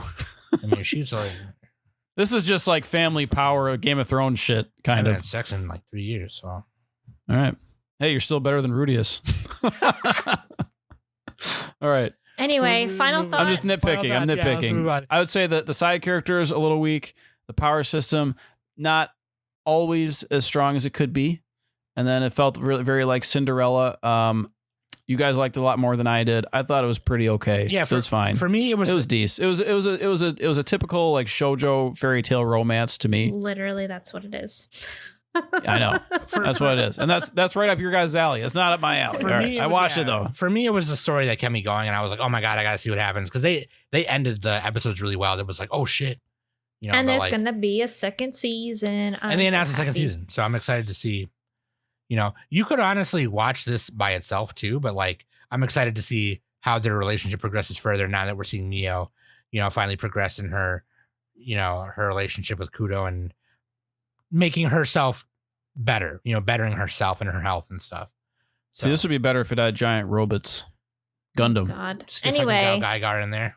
Which for Mercury, dude? That's what I'm talking about. Let's get Give me Gundam that in there. tomato Let's splat. do the fucking Delanza and tomato All right, we gotta move on. Next one. Masamune Kun's Revenge. Nope, didn't do it. Didn't do it. nope. That Suki Wasarada. Nope, didn't do it. That dumb bitch forgot her glasses. Yeah. Here's my review of the fucking show. Every episode she forgets her glasses all stupid, and then the guy's like, She crawls Ooh, on all fours like Velma. "Ooh, she's hot." My glasses. I'm gonna romance her because she I'm just forgot kidding. him. You dumb fuck. Like, just fucking put him in your It'd be fucking funny. purse. In the See, same this is how the show should end. He finds her glasses, and she puts them on her, and she just recoils after seeing it. She's like, ugh. Ugh. Not you. Ugh. All right. And Next she's show. like- Oh, She puts them on. She's like, you know what? These are my grandma's. So, whoops. all right. Anyways, That show sucks. Kanojo Okarashimasu, 3rd season. Rent a girlfriend. All right. Rent a girlfriend. And we're doing a girlfriend bracket on the plummet. I think they already did it. We're doing like an actual bracket. Yeah, I think they already did it. No, we're doing a thing, Danny. Trust me. It's different. Okay? No, Trust they haven't me. done it Anyway, yet. They're hyping up for it. They were reviewing separate shows, I think. But anyway, Rent a Girlfriend season 3. Okay, this one, almost no other girls show up except for Chizuru. You don't get to see Mommy at all. And you see Sumi a tiny bit. She shows up in the Oh, yeah. end. Oh, sorry. Ruka's there. Minnie is there for like a tiny bit. Mommy is like not there at all, dude. Mommy. Her name's Mommy. No, there's another girl named Minnie. It's the blue-haired girl. She got the blue stripes. She's Minnie Mouse. Don't think her name. She gets in. It says right on my anime list. What do you want me? Yamori. I guess I call her that. I don't think he calls her Minnie, but yeah. So Chizuru and what's his face? Kazuya. Face Johnson guy. They're making a movie for Chizuru, and she wants her grandma to see it before she passes. And then, spoilers, stuff happens. I guess I don't want to spoil what happens. This is season 3, so I don't want to say exactly what happens. It's just a lot of like, it's Rent a Girlfriend, man. It's the same shit all the time. I mean, they kind of grow a little bit because Kazuya, like, he likes Chizuru, obviously, but he's going out with Ruka, but he doesn't want to like consummate or have sex with Ruka for some reason, even though every time he walks out in public, everybody whispers, "Whoa, she's a babe," to like every girl he's with. It's really funny. This dude has like every girl and he can't get any of them. It's like, oh man. That's what the show is. He wants Chizuru, but he can't admit it. And I don't know. She probably deserves better than him, but maybe not, I guess, because he's kind of an okay guy at the end because he tries really hard to produce her movie. He's so horny. I mean, he actually does get the movie made. Yeah, like he is look, actually a decent guy. As shitty as he is, he's still doing better than me. So you know what? Yeah. Hoisted by my own petard. Yeah. All right. Yeah. So okay, best girl. I mean, you know what? It would be Mommy. She's not in the season though, so you got to go Chizuru, dude. She shows up literally at the end, though. Dude, I don't remember it. For me, it was always Ruka, but this new Mini Yaimori character is kind of cute with the fang. She is cute. She's the meddler. She meddles. literally sets them up to have their own hotel room and stuff. Yeah, and, she sets up Kazuya and Chizuru to like at the final shooting to just be together and like have like their own little weekend and everything. She be doing some matchmaking shit? Literally matchmaking stuff, and she's all like, dude, you like Chizuru, just tell her kind of thing. And yeah, she's cute. great. I love that. She's great. I should catch up on this show. I've always loved the character designs of I definitely enjoyed this season. A major climax happens in the show. It really hit home for me. Nice. So I got a little emotional over it. So emotional damage. Not in we that need that funny kind of soundboard. way. Sorry. We need the soundboard for that. Anyway, yeah, I really liked and I really enjoyed. I just enjoy Rent a Girlfriend. I mean, I don't care like if people think it's a guilty pleasure. If people like it's enjoyable. I like it. Like sue me. What do you want? No, Sumi doesn't show up in this season either. I'm just kidding. Yes, she does. She has more camera time. Wait, Sumi is a character. You said Sumi though, Danny. Okay, never mind. He was, yeah. Making. I tried a little hard on that one. Anyways, yeah, like. Anyway, dude. Okay, yeah. Sumi is the worst girl. I think I already ranked them. No, she's not. Leave it's Mommy, alone. Chizuru, Ruka, Yamori, the new girl, the grandma, and then Sumi. All right. Sumi at the bottom. Sumi is the bottom. She's like she's the tier of the happy marriage. She's that level of girl. Damn. She's Mio She's level. not that timid Come though. On, bruh. Come on, bruh. All right. Bungo Stray Dogs? No, we're not caught I up am on not Nope, caught nope. up. I know I'm- people love it. I'm it's still a very on season 2. Hunter Tane, I am gonna catch Yes. up. I promise. I Is promise. this a josei or a shoujo? It's like it's centered on a It's female. not a shoujo. Female audiences like this one a lot. By Bishonen, Yeah, because it's hot vampires. in it. Fujoshi. There we go. That's what I was thinking of. Anyways, Liar, not yet. here's Nope. the funny thing about Liar Liar. I recorded a thing with King, and we were talking, and he was like, "Look, if it's not a shot for shot adaptation of Jim Carrey's 1997 masterpiece Liar Liar, then I don't want to watch it." Anyways, a masterpiece. this is so fucking funny the way he said it. All right, let's just skip to what we did Rain- watch. There's yeah, a bunch let's that we rain- missed. Just Next one is so did Undead Girl Murder Farce? Murder Farce. yeah. So in Japan, it's Undead Girl Murder Farce, and Undead Murder Farce. in America or North America, they just changed it to Undead Murder Farce. This was one I did not sample in the beginning, and I didn't finish it. I didn't have time. Danny and Nick were like, "Sam, you are gay," and I was like, "Well, yes, thank you for reminding me." And they were like, "No, we mean that you should have been watching this one, you dumb motherfucker." And I said, "Okay, chill out. Don't talk to me like that, okay? I'm not a yutz." And then me and Danny Yeah, you got in a are. You fight. are a Yutz. Get out of Danny here. got in a fist fight, a full on fist fight, and she clocked me real good in the jejunum, and I had to poop after that. Anyways, that's beside the point. The point is, Did you watch it? yeah, dude. You finished it? Okay. Yeah, dude. Well, I fucking bonged. spill the beans. I bonged. So yeah, this For is, a mystery, how did it handle the mystery elements? Like, what was the strongest part of the show? What was okay? Dude. First, tell us what the show is first. so I might be Never mind. biased because this is What is the show? What is it? So this is what happens. This is what happens in the old, like the 19th century fucking France. yeah 19th century France.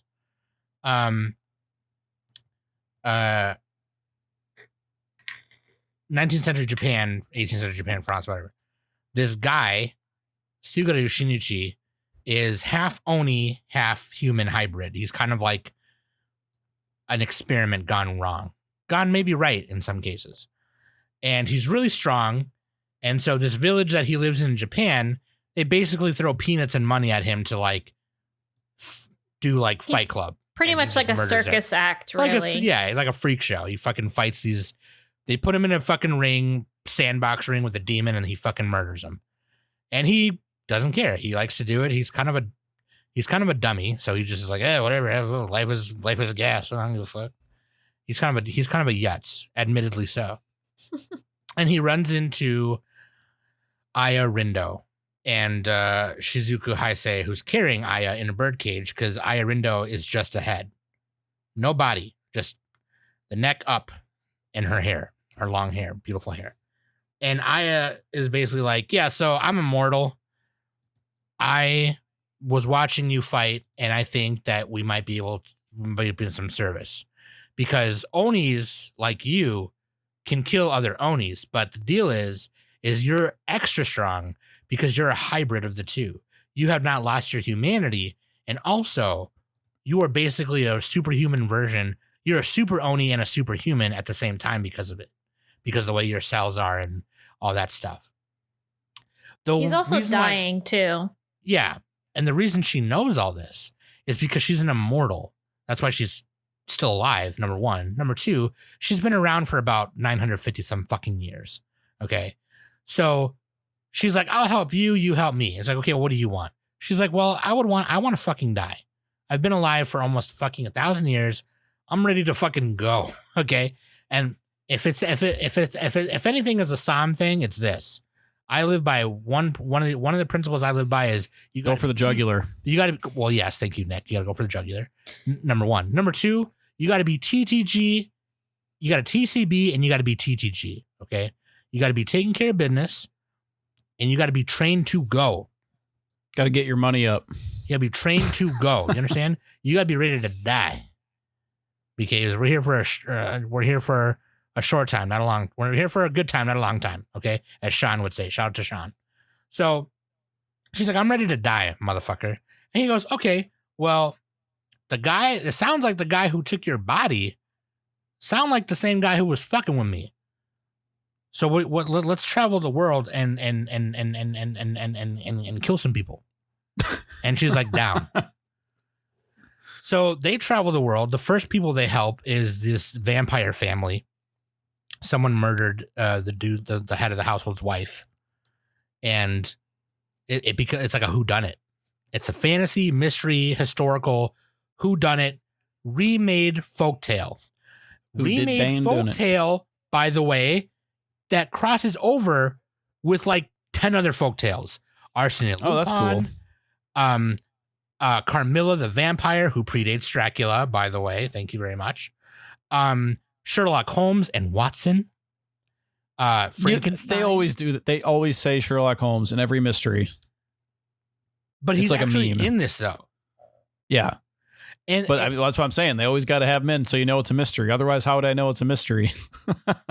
You're right. Phileas Fogg and his famous butler, Passepartout, they traveled around the world in 80 days. Thank you very much.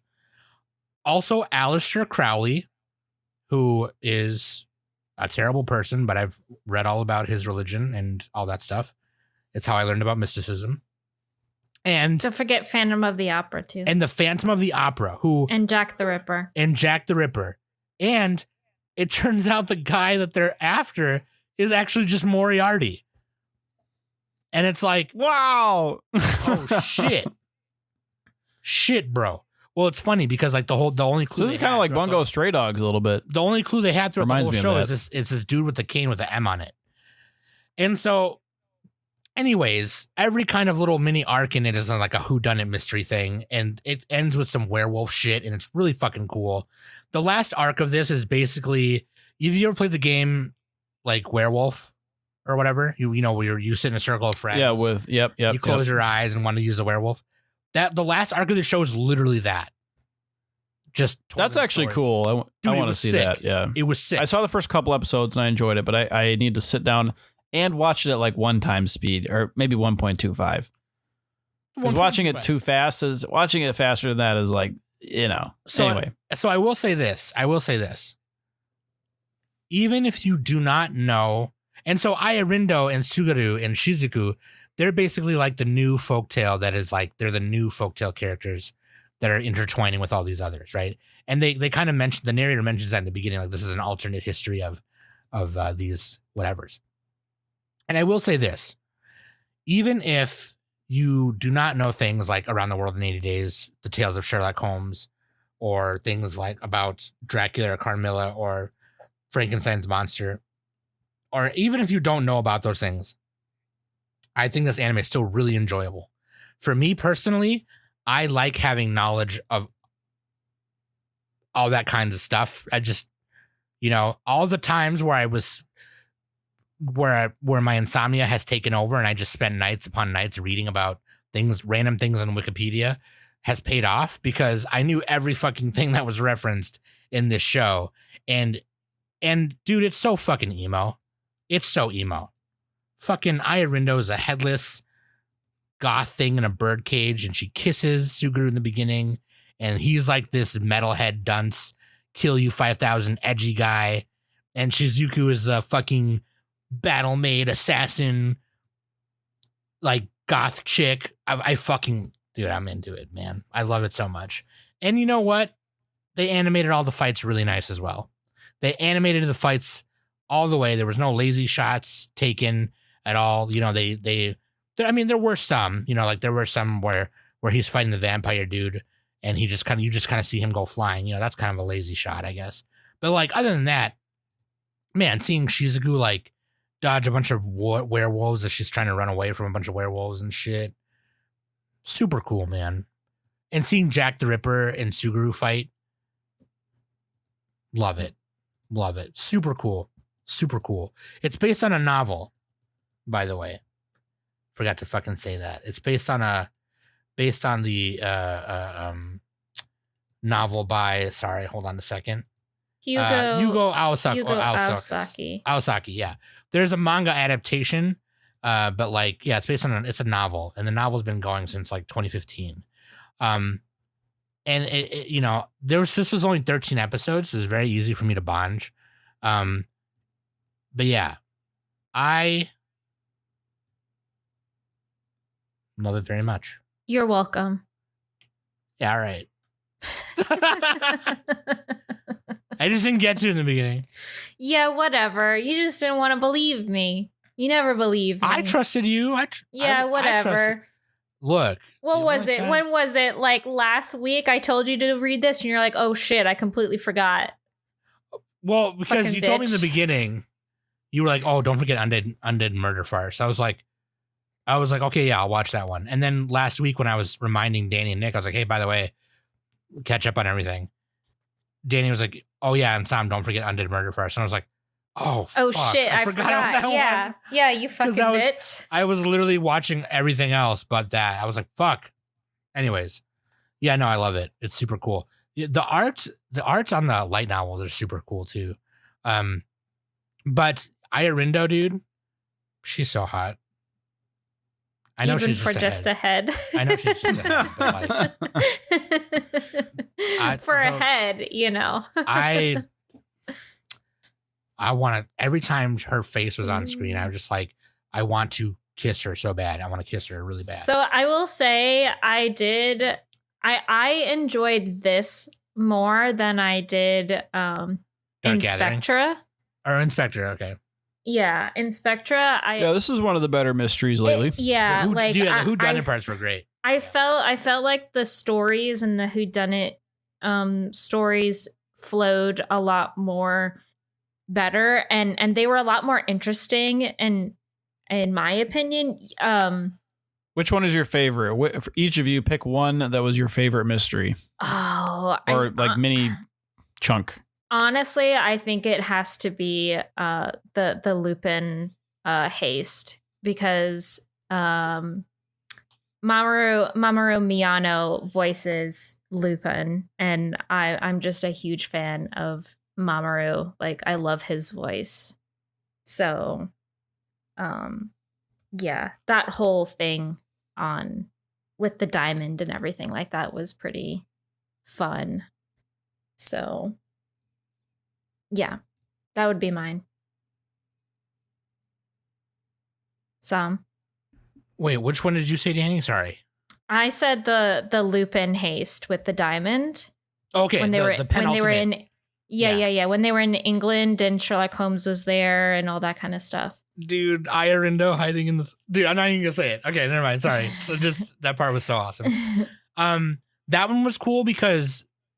The reason why I think that one was cool was because that was kind of like a whodunit as it was happening. Right, yeah. So it was just like, okay, well, now if we do this, he won't be able to get in here. Okay, but if he does this, it's like, who is ahead of who? You know what I mean? Like, is Sherlock Holmes smarter than Lupin? Is Lupin smarter than Sherlock Holmes? Who knows? We've never seen him in one anime or show before. You know, it's like, it's fucking crazy. We've seen Detective Conan. You know, I want to watch that Lupin crossover because I heard it's really cool. My brother loved it. Anyways, I very much loved the Wolf Among Us one. Oh, It the was- the last little the last tidbit one. of the show. Yeah, that was fun. I did enjoy that little thing because like there were literally two murder, like a series of murders happening the same exact like ways In both two villages. separate Yeah. two separate villages. They're yeah. being mirrored. So like, Yeah. yeah.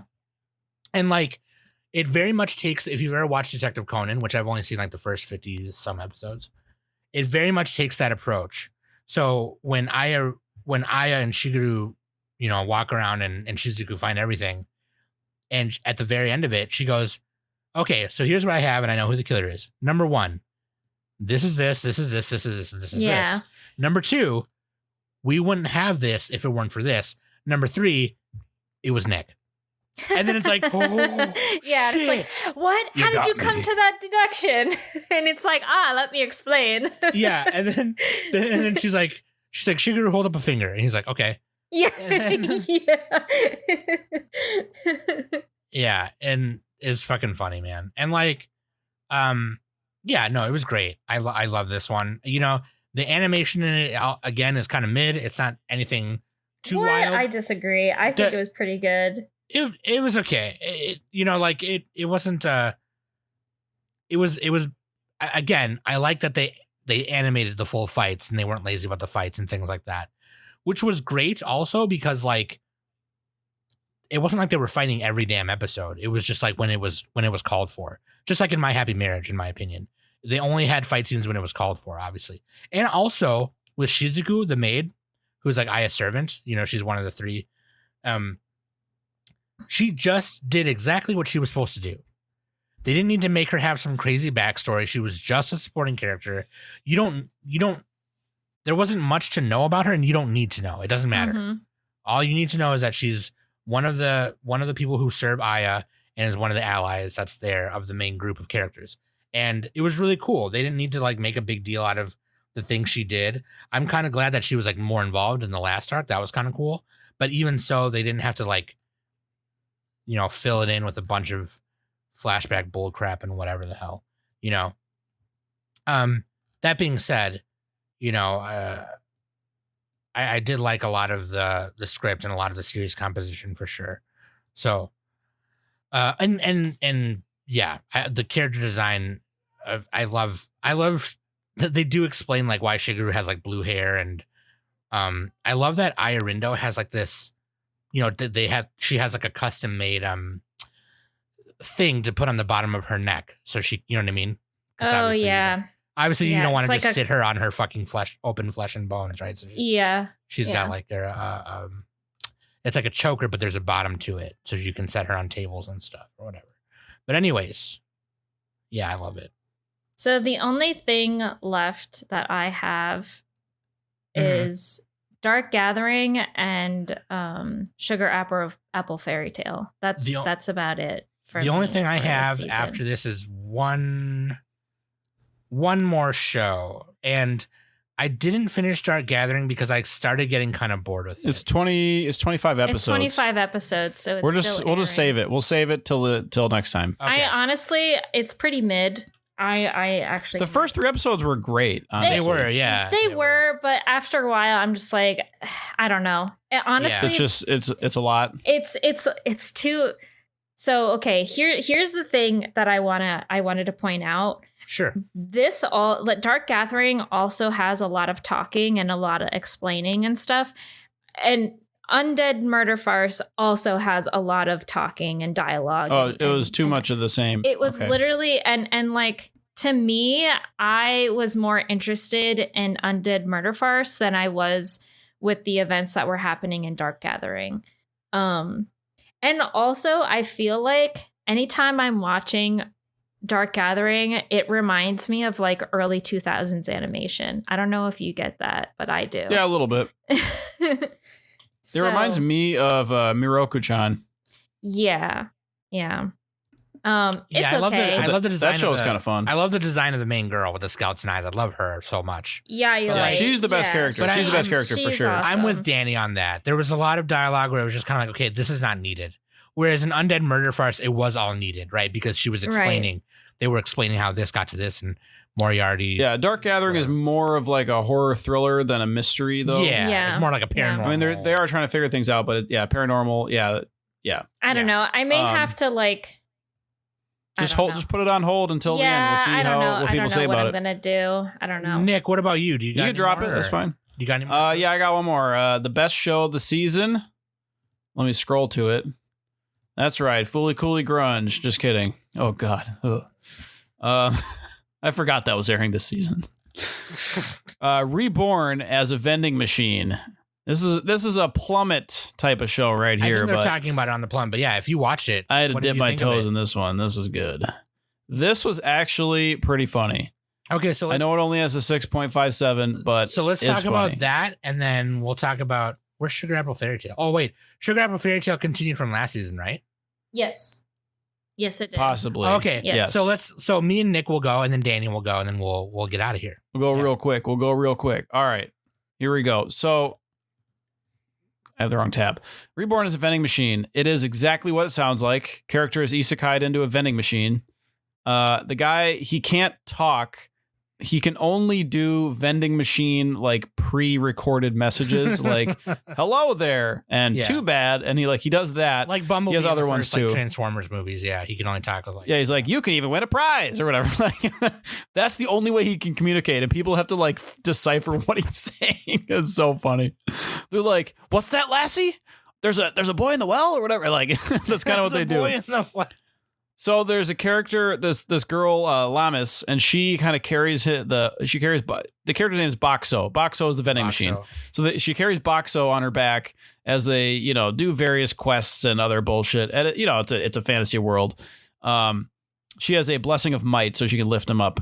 She's strong. So Boxo becomes a part of the community. He provides them with various vending machine drinks and foods, and it's from Japan. So like, this food from the vending machine is way better tasting and more seasoned and spiced than everything else there, because they don't, ingredients and things like that. And whatever. Well, yeah, they don't have as much spices over there. Wait, So yeah. how does it get refilled? Okay, so they have to put currency into the slot, Sure. and so whatever currency they put, that refills his like skill points or something like that. He has like RPG style stats, kind of. And that's how he replenishes. So he needs money. He can basically. like craft the okay. And he can change his form for like, and he can hold each new form for like a couple hours a day. Okay. And he can like create barriers, and he's an overpowered vending machine pretty much. He can transform into like any vending machine that exists, and Japan has lots of different types of vending machines. It's not like the one kind we have here. So yeah, he has a tampon vending machine. He has like a fucking water hose vending machine, all the food and drinks, all that shit. He can make dry ice. Basically, whatever you need. They kill a fire skeleton with dry ice. But basically, whatever you need, he's got it.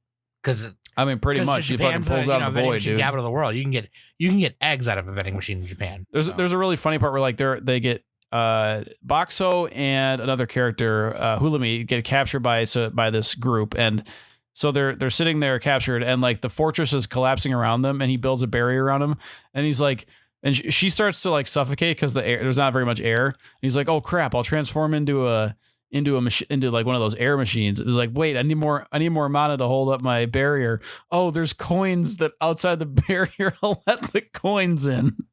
And it's just like the dumbest shit. Like some of the scenes in this are just so funny. He's trying not to be like a pervert as a vending machine. Like he sees them and changing and stuff. And yeah, there's really funny quotes I forgot to write down. But yeah, trust me, like it's better. Like it's as good as it sounds. Reborn as a vending machine. It has a dub, so you can watch it dubbed. Just chill. But it's like it does deserve its rating, but it is enjoyable. I don't have a lot of specific moments to point out. I should have written those down, but there were quite a few moments that like made me like actually laugh. So there you go. Plummet will probably do a better job reviewing it, but for sure. There you go. Okay, so this one I don't have much to say. I'll be quick about it. But the masterful cat is depressed again today. Yeah, I love this. It's just a slice of life. It's about this girl named Saku Fukuzawa. She's a salary person, and I don't know what her exact job is, but like I don't remember if they say. I was kind of watching in the background because it's kind of one of those shows where you can just put on while you're drawing or whatever. Hold on a second. I can hear, is that Honey Bear? It's Luna, dude. It's Luna. As soon as I start talking about another cat, your cat is just meowing right into the mic. As soon as I talk about another cat, get out of here. You make Papa mad, baby. You make me mad. I'm going to leave that all in. As soon as I talk about another cat, you see that? It's not even a real cat. Anyways, fucking tuna. Dude, no. And she finds this kitty, just a little regular sized kitty. He's a Maine Coon. Maine Coons, if you don't know, purebred Maine Coons, they get really big. Okay. This Maine Coon in particular happens to get as big as a tall human. Really tall, can stand on both legs, walks around, and cooks lunch, kind of thing. And so the first episode, she's like Googling how big do cats get, because Yukichi, the cat, she names him Yukichi.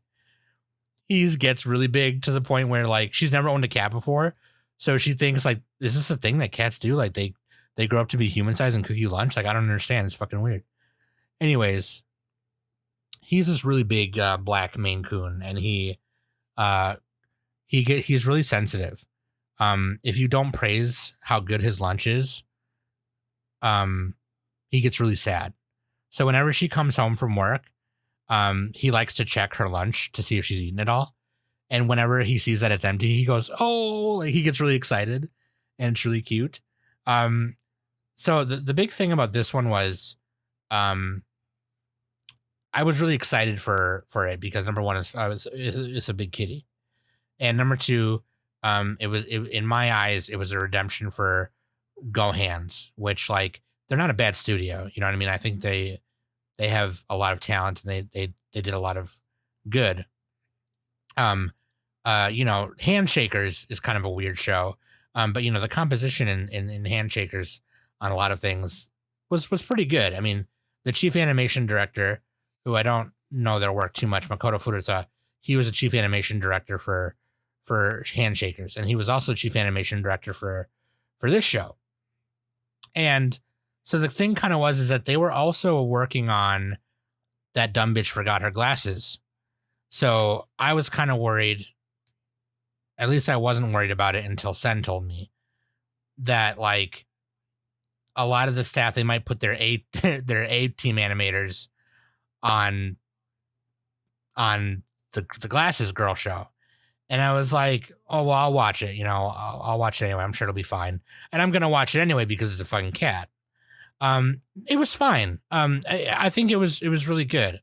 For being a slice of life show, they put a lot into it. There were some things that were kind of wonky, like the camera shaky parts that were kind of wonky. The thing about Go Hands, I can't find the name of the studio they outsourced some of the 3D composition to, but they try to, in the storyboard, they tried to do these kind of shots that you would normally see only in live action movies or live action TV shows. For like from the floor office shots, kind of zooming in and showing the whole office from the ground up kind of thing. People walking over the camera, that kind of thing. And I think you could do a really good job, with that if you put a little more time into it, because it looked kind of wonky in some parts. And I think it kind of gave some people headaches. But that being said, anytime that they were in the apartment doing stuff, it looked really nice, obviously, because it's just an apartment. It's very easy to kind of just animate two characters around an apartment. One being a big kitty and one being an average size girl who's maybe a little shorter than average. But that being said, my favorite parts about it is like Yukichi doesn't know how big he is. He doesn't realize his size. So he'll do things that normal cats will do where, they'll lay on top of you when you're asleep. They'll knead on your stomach when you're asleep or whatever. Just do cat things. And he does this to Saku all the time. Like he'll lay on top of her to wake her up. And he doesn't realize that he's like suffocating her because he's this fucking 80, 150 pound fucking kid. He's a big kitty. And it's my favorite fucking show other than Undead Murder Farce. And so I think it was great. I personally loved it. Maybe people didn't care about it because it's just another slice of life. Oh, Go Hands, they suck, whatever. No, I thought it was great. I thought it looked really nice. Maybe some parts of it looked kind of bad. You can tell some parts in the middle were done really quickly. It is kind of like a double show, right? Kind of like where they put 2-3 small short episodes in one big episode. But the whole story of how they came together and how much they love each other is really cute. Any kind of animal bonding show I'm a big fan of. So this just happens to do it in a way where Tuna's not a fan of it. Huh? Luna Tuna. I said Tuna. Oh yeah, you Tuna. Know what? Yeah, They're both Tuna. Her name is Luna, but Both? we call her Tuna. No, yeah, Tuna apparently is the only person I think that doesn't like it very much.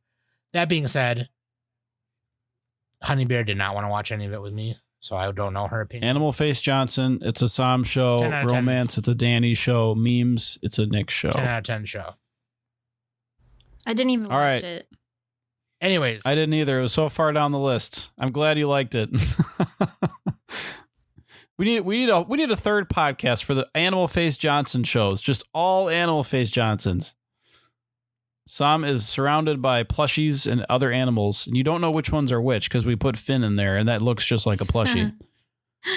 All right. Finn's not a real. I think Danny is Finn's- next. Yeah, Finn's a fake dog.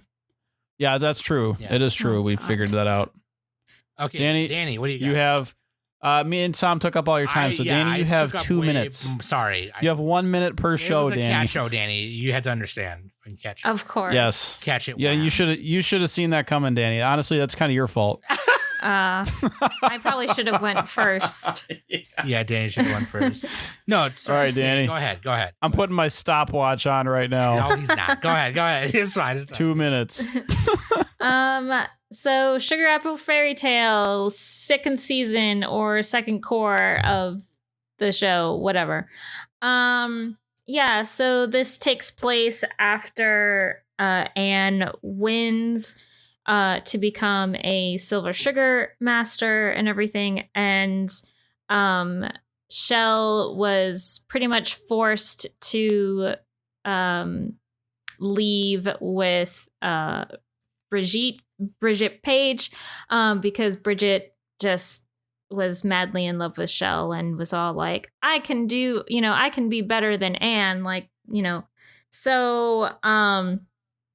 so when Anne found out that Shell had suddenly departed, she pretty much wanted to find Shell and get him back, really, and everything.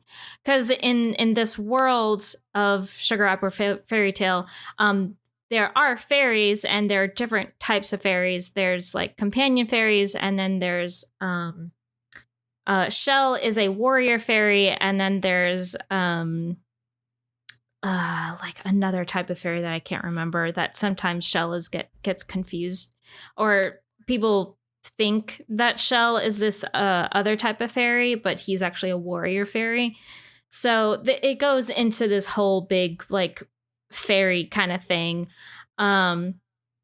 So Anne decides she's gonna go and find Shell, and they go to the Page workshop where Paige is at, and her father pretty much runs this workshop and everything. And the deal was, in order to get Shell back, Anne has to kind of rebuild the Page workshop, because the Page workshop is pretty much at its low. They don't have a lot of artisans and everything.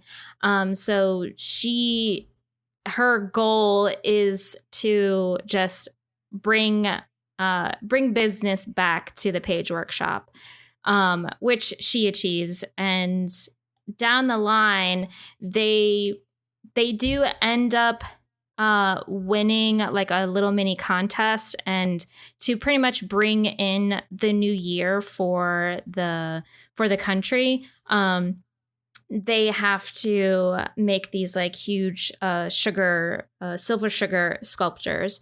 And so the Page workshop wins that, and there are a bunch of other little like segments that happens.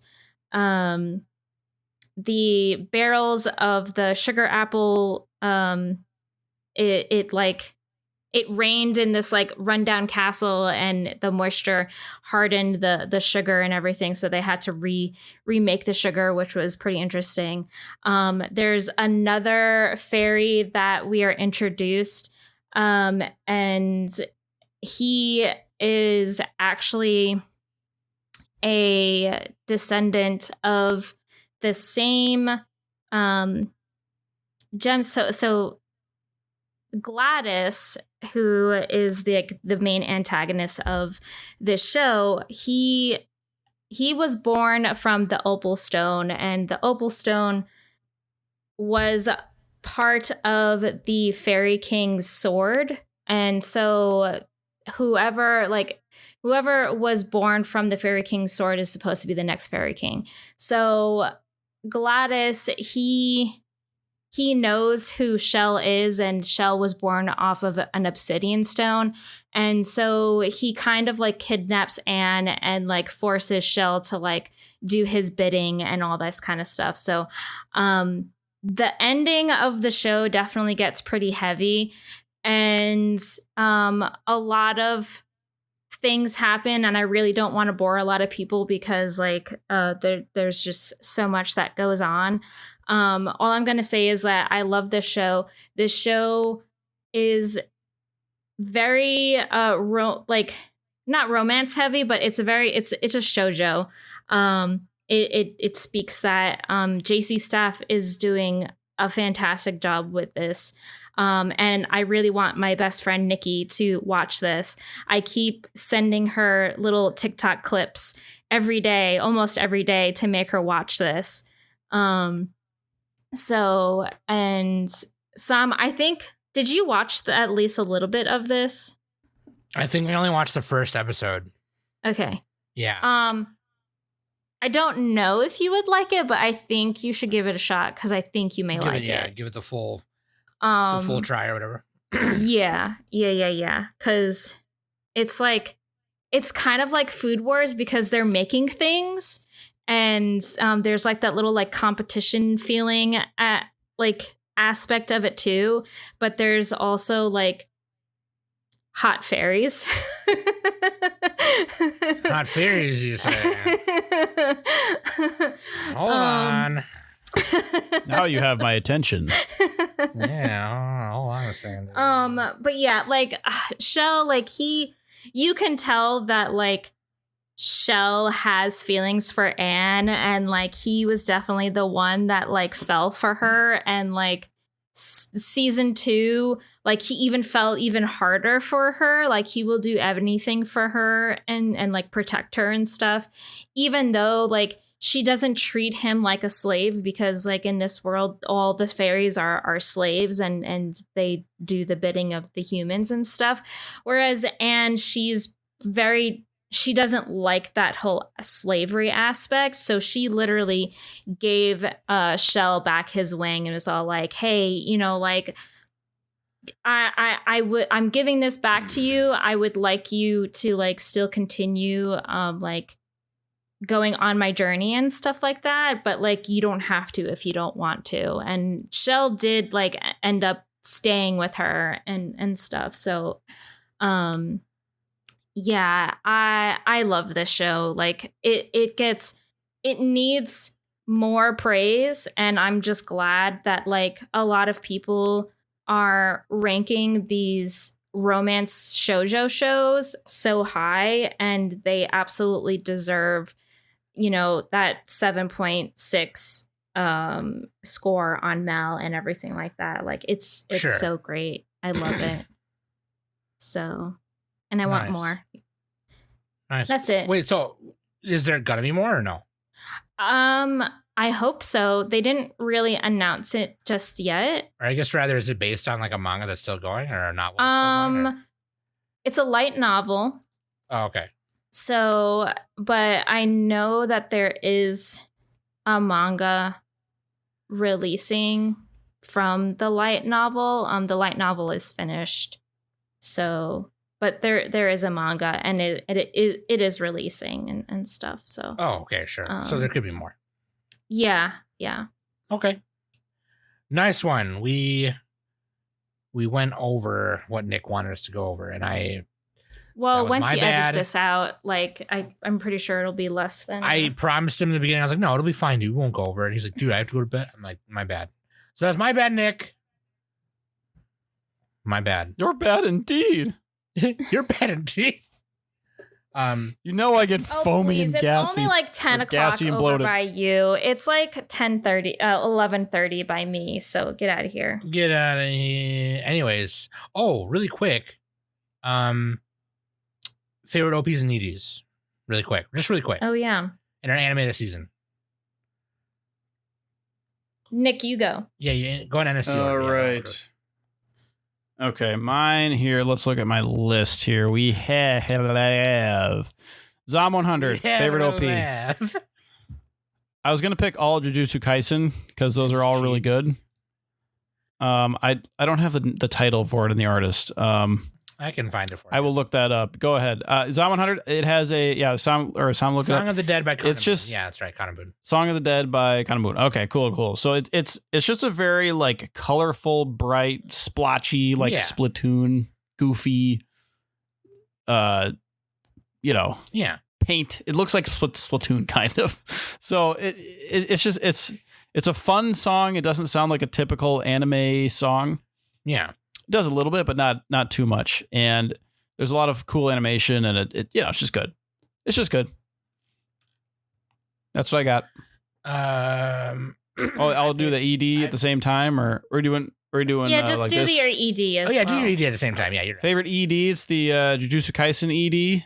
Akari by Were there multiple or just one? There's two of there's- them, but in this case, it'd just be the first one. So like, because we're only talking about the first. I mean, they're all good. It's fucking It's Jujutsu Kaisen, so Yeah. it's like cheating.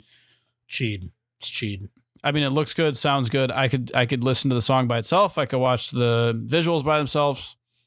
Flows nicely from the show. There you go. Yeah. Yeah. No. Basically, what Nick said, my OP was Aono Sumika by Tatsuyuki Tani. Ah, so good. Um, So good.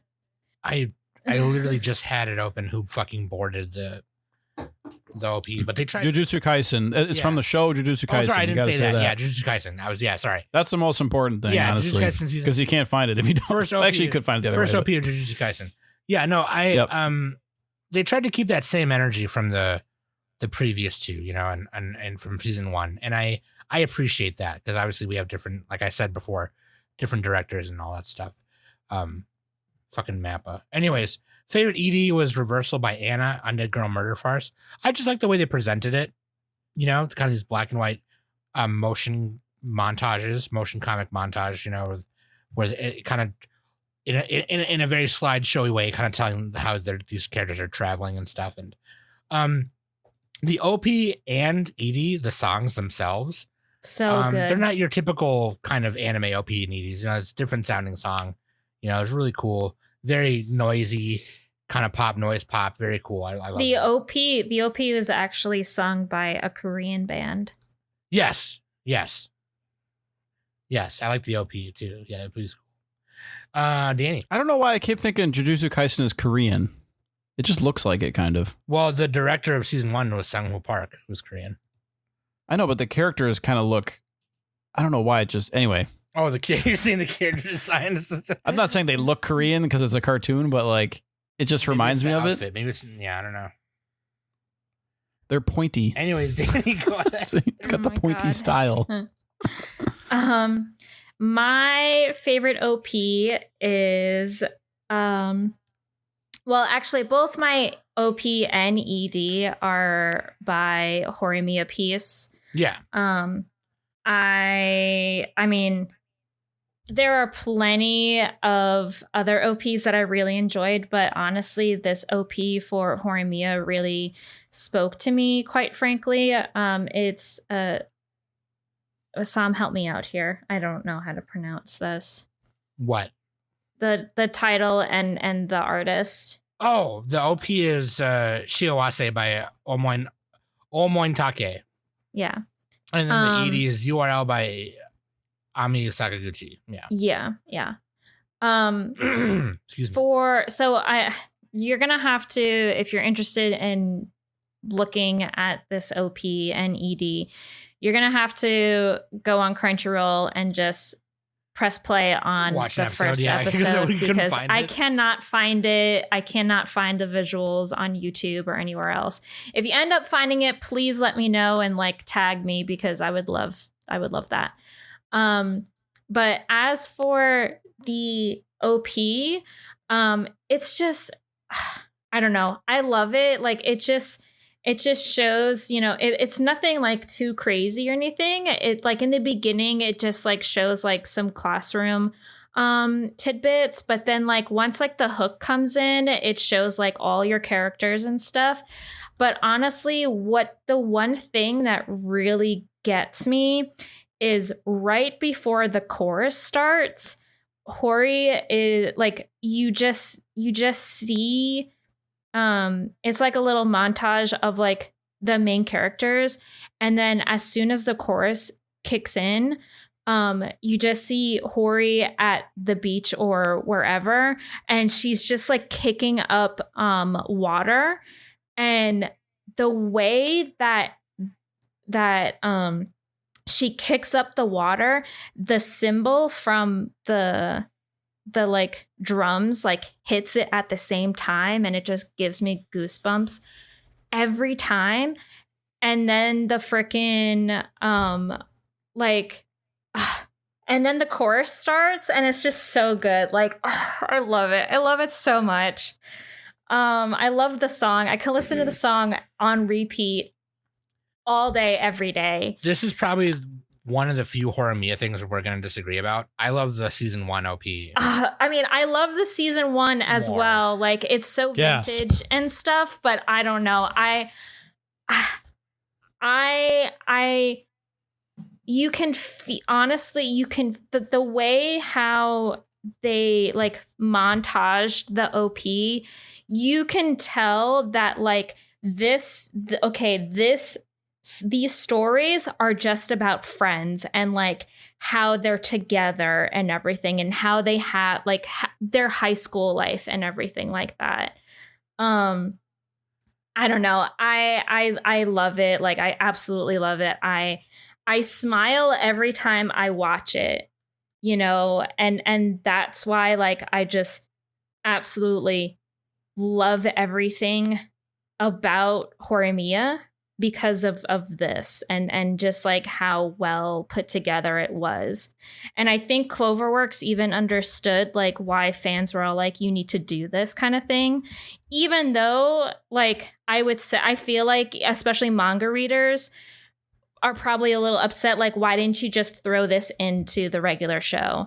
Right. So, but I feel like that they gave this to us, like, I'm quite satisfied with it. And it's honestly making me want to read it. Well, I mean, they could have just left it. You know, they didn't have to. I mean, they could have. Yeah, absolutely. But I'm so glad that they did. Yeah. Like, I'll take like, it. Yeah. Hell yeah. I'll take anything. I'll take anything. And this is why, like, but like, I absolutely, I love this OP. It's so good. And then the ED, so I feel like for me, I liked more of the songs versus the actual visuals on all the other shows that I've watched. Sure. A lot of the other EDs didn't really speak to me other than this one. Again, it's pretty simple. It's nothing like too like fancy or anything like that. It's just Hori sitting at her desk, texting on her phone, and the colors are kind of like, there's just a box of her sitting at her desk, and like the colors are kind of like her hair is not like her brunette color kind of thing. It's just more brightly bubbly colors, and then like the rest of the screen is kind of like sketched out, which is kind of cool. And anytime like someone walks by like her little box, like you can see them animated, but once they like walk out of the box, they're like all sketched out. Yeah, so, it's like a little it's like creative the way they. Yeah, it's like a little crayon, like kind of sketchy kind of thing. And then once the chorus comes in, it's like Hori just like kind of dancing on like the phone pad, which is kind of cute. So yeah. Yeah, honestly, like this one, 10 out of 10, like both OP and ED are just so good. I love it. It really puts the whole show together, in my opinion. So, which I'll just go into like anime of the season. This Horimiya is my anime of the season. So, yeah, I gave it. Talk out of turn, Danny. You're gonna have to say that again because it's my turn. Okay. Anyways. Well. Okay, go ahead. You ruined the order. Well, I'm sorry. Like, what do you want? All right, fine. Snake order. All right, go ahead. Okay, yeah. So Horimiya, for me, Horimiya Piece is a 10 out of 10. It's my anime of the season. I absolutely loved it throughout the whole thing. yeah, I want more. I wish there's going to be more. I doubt there's going to be more, but I wish there was more. Yeah. So that's me. All right, Sam. Masterful Cat is depressed. I can't rank that. It's God tier for me. It's a fucking big kitty. So I'm not even counting that. Obviously. Yeah. Obviously. Yeah. Undead Girl Murder Farce. It's fucking. I'd take Yeah, I that, might agree. for If sure. I watched that one, I might put it there, It's but got I a bunch couldn't. of my I didn't have time. I favorite didn't have shit in time. it. You know, fucking. I love the Universal monsters. Okay, fucking Bela Lugosi, Lon Chaney, fucking motherfuckers. Okay, I love Around the World in 80 Days. It's one of my favorite stories ever. You know, Mario Moreno. Okay, I even love the remake with Jackie Chan and Sammo Hung and Arnold Schwarzenegger and all that. I love that the Disney remake. A lot of people hated it. I happen to love it. Jackie Chan's Passepartout, love it. I love Lupin. Okay, Arsène Lupin's it's fun. You know, it's fucking Lupin. I love Phantom of the Opera. It's probably one of the only musicals I like, along with a few others. So just seeing all that together in this very edgy emo goth presented like horror mystery thriller thing was really fucking cool. Monster mystery, whatever the fuck, fucking amazing. I loved it. You're welcome. Thank you, Nick. You're welcome. But I didn't do It anything. was me. Fucking bitch. Oh, you know what? Actually, I did do it. Yeah. All right. I don't have an anime this season because I didn't finish that many things. I'm just going to pick something here. All right. I'm going to be lame and pick sequels. Jujutsu Kaisen Season 2 Nah, it's not and lame. You put Jobless Jobless, Reincarnation though. Season 2. Jobless and Jujutsu get a tie. Gun to my head, though. Ooh. Gun to my head. To your bulls. You know what? Jobless was a little bit funnier, so I'm going to pick that. I disagree. Danny, this is my pick, not yours. Okay? Have a little respect. Whatever. But I'll say best review of the season on my anime list was for Fooly Cooly Grunge. Everybody, I'm not going to read it. It's a long one. It's by it's the top review. Just go to FLCL Grunge on my Review anime of the list. season. I also It's wanna, by I also wanna say Jobber. that I watched the latest Hover. like 3 episodes of One Piece just because fucking Gear 5. Are you talking anime? Yeah. Gear 5 Luffy. But like, yeah. Anyways, What are we doing next week? Can I say what we're doing next week? yeah, what are we doing next week? No, we're doing We're doing Castlevania at some Castlevania. point. Yeah. Hell It's spooky yeah. season. That's my anime of the season. Anime of the season, Castlevania. Just saying it. spooky season, baby. Oh, you know what? Yeah, okay. Yep. That's it. Yep. In All my right. opinion, I'm so they fucking did exactly what they said, what I said they were gonna do, or what I was hoping they were gonna do, which is the sequel to Castlevania 3. And the sequel to Castlevania 3, which is what they adapted last time, is Rondo of Blood and the best Belmont, Richter Belmont. So very excited. So we'll be talking about Castlevania 3 to kick off the spooky season. And Oh yeah. I'm excited. Let me know what your favorite show of summer was. And then also let me know what your favorite, you can even just let us know what your favorite OPs and EDs were, all that stuff. Let us know why you liked it, whatever the hell. Oh, this is a fucked up question. Do you want us to do 2 episodes of this? I haven't talked it over with anybody else. Oh, like doing a 2-parter of reviews. Yeah, like Because I see other podcasts and other shows, they're like part 1 of our fall season or whatever, Yeah, If you want us to do 2, just let us know. We can't promise anything, but maybe eventually. yeah, maybe, yeah, like if you, like again, because I always, If everybody says they want 2 episodes, because then I could watch more stuff. I'd have quite a few more shows, right. possibly. Or you Right. can just, Or definitely. I don't know, have better time management. The hard part is like, even if let's say I finish 10 shows, I gotta have notes and remember not just notes, but I gotta remember everything that happened in all But those. also, And like- that's kind of hard to do. But also, like, if I'm not finishing anything in the second batch, then like, why would I want to be there? You know what I mean? It's kinda, Yeah, so it's a little bit of both. Yeah, it's kind of weird. let us know. But let us Is know one how- episode good, or do you want 2? Always let Anyway, us know how we're doing and all that good stuff. But that being said, I love you guys very much. Thank you for listening every week, and thank you for all of your support. I feel like this is the this fall, this winter, and next spring is the time for us to like level up and get shit together, have fun, and do a bunch of good stuff, and become even bigger podcasts.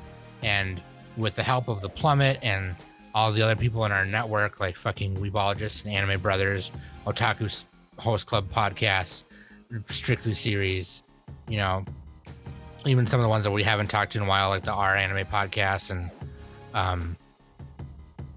man, a bunch of others that I'm failing to probably name right now. But like, I'm feeling the love, and I'm grateful for y'all. So thank you. I'm grateful for Danny and Nick kind of carrying me while I was taking on too much stuff and fucking myself up again. And recently am getting back into therapy and everything, so that's helping a lot. So that'll help me manage my shit better as well. So I appreciate it, and I appreciate all your guys' patience and support. So thank you. That being said, I've been Sam. That's been Danny. That's been Nick. That's been Tuna. She's meowing again. God fucking damn it. And we've been the Anime Summit Podcast. Quiet. You fucking cat.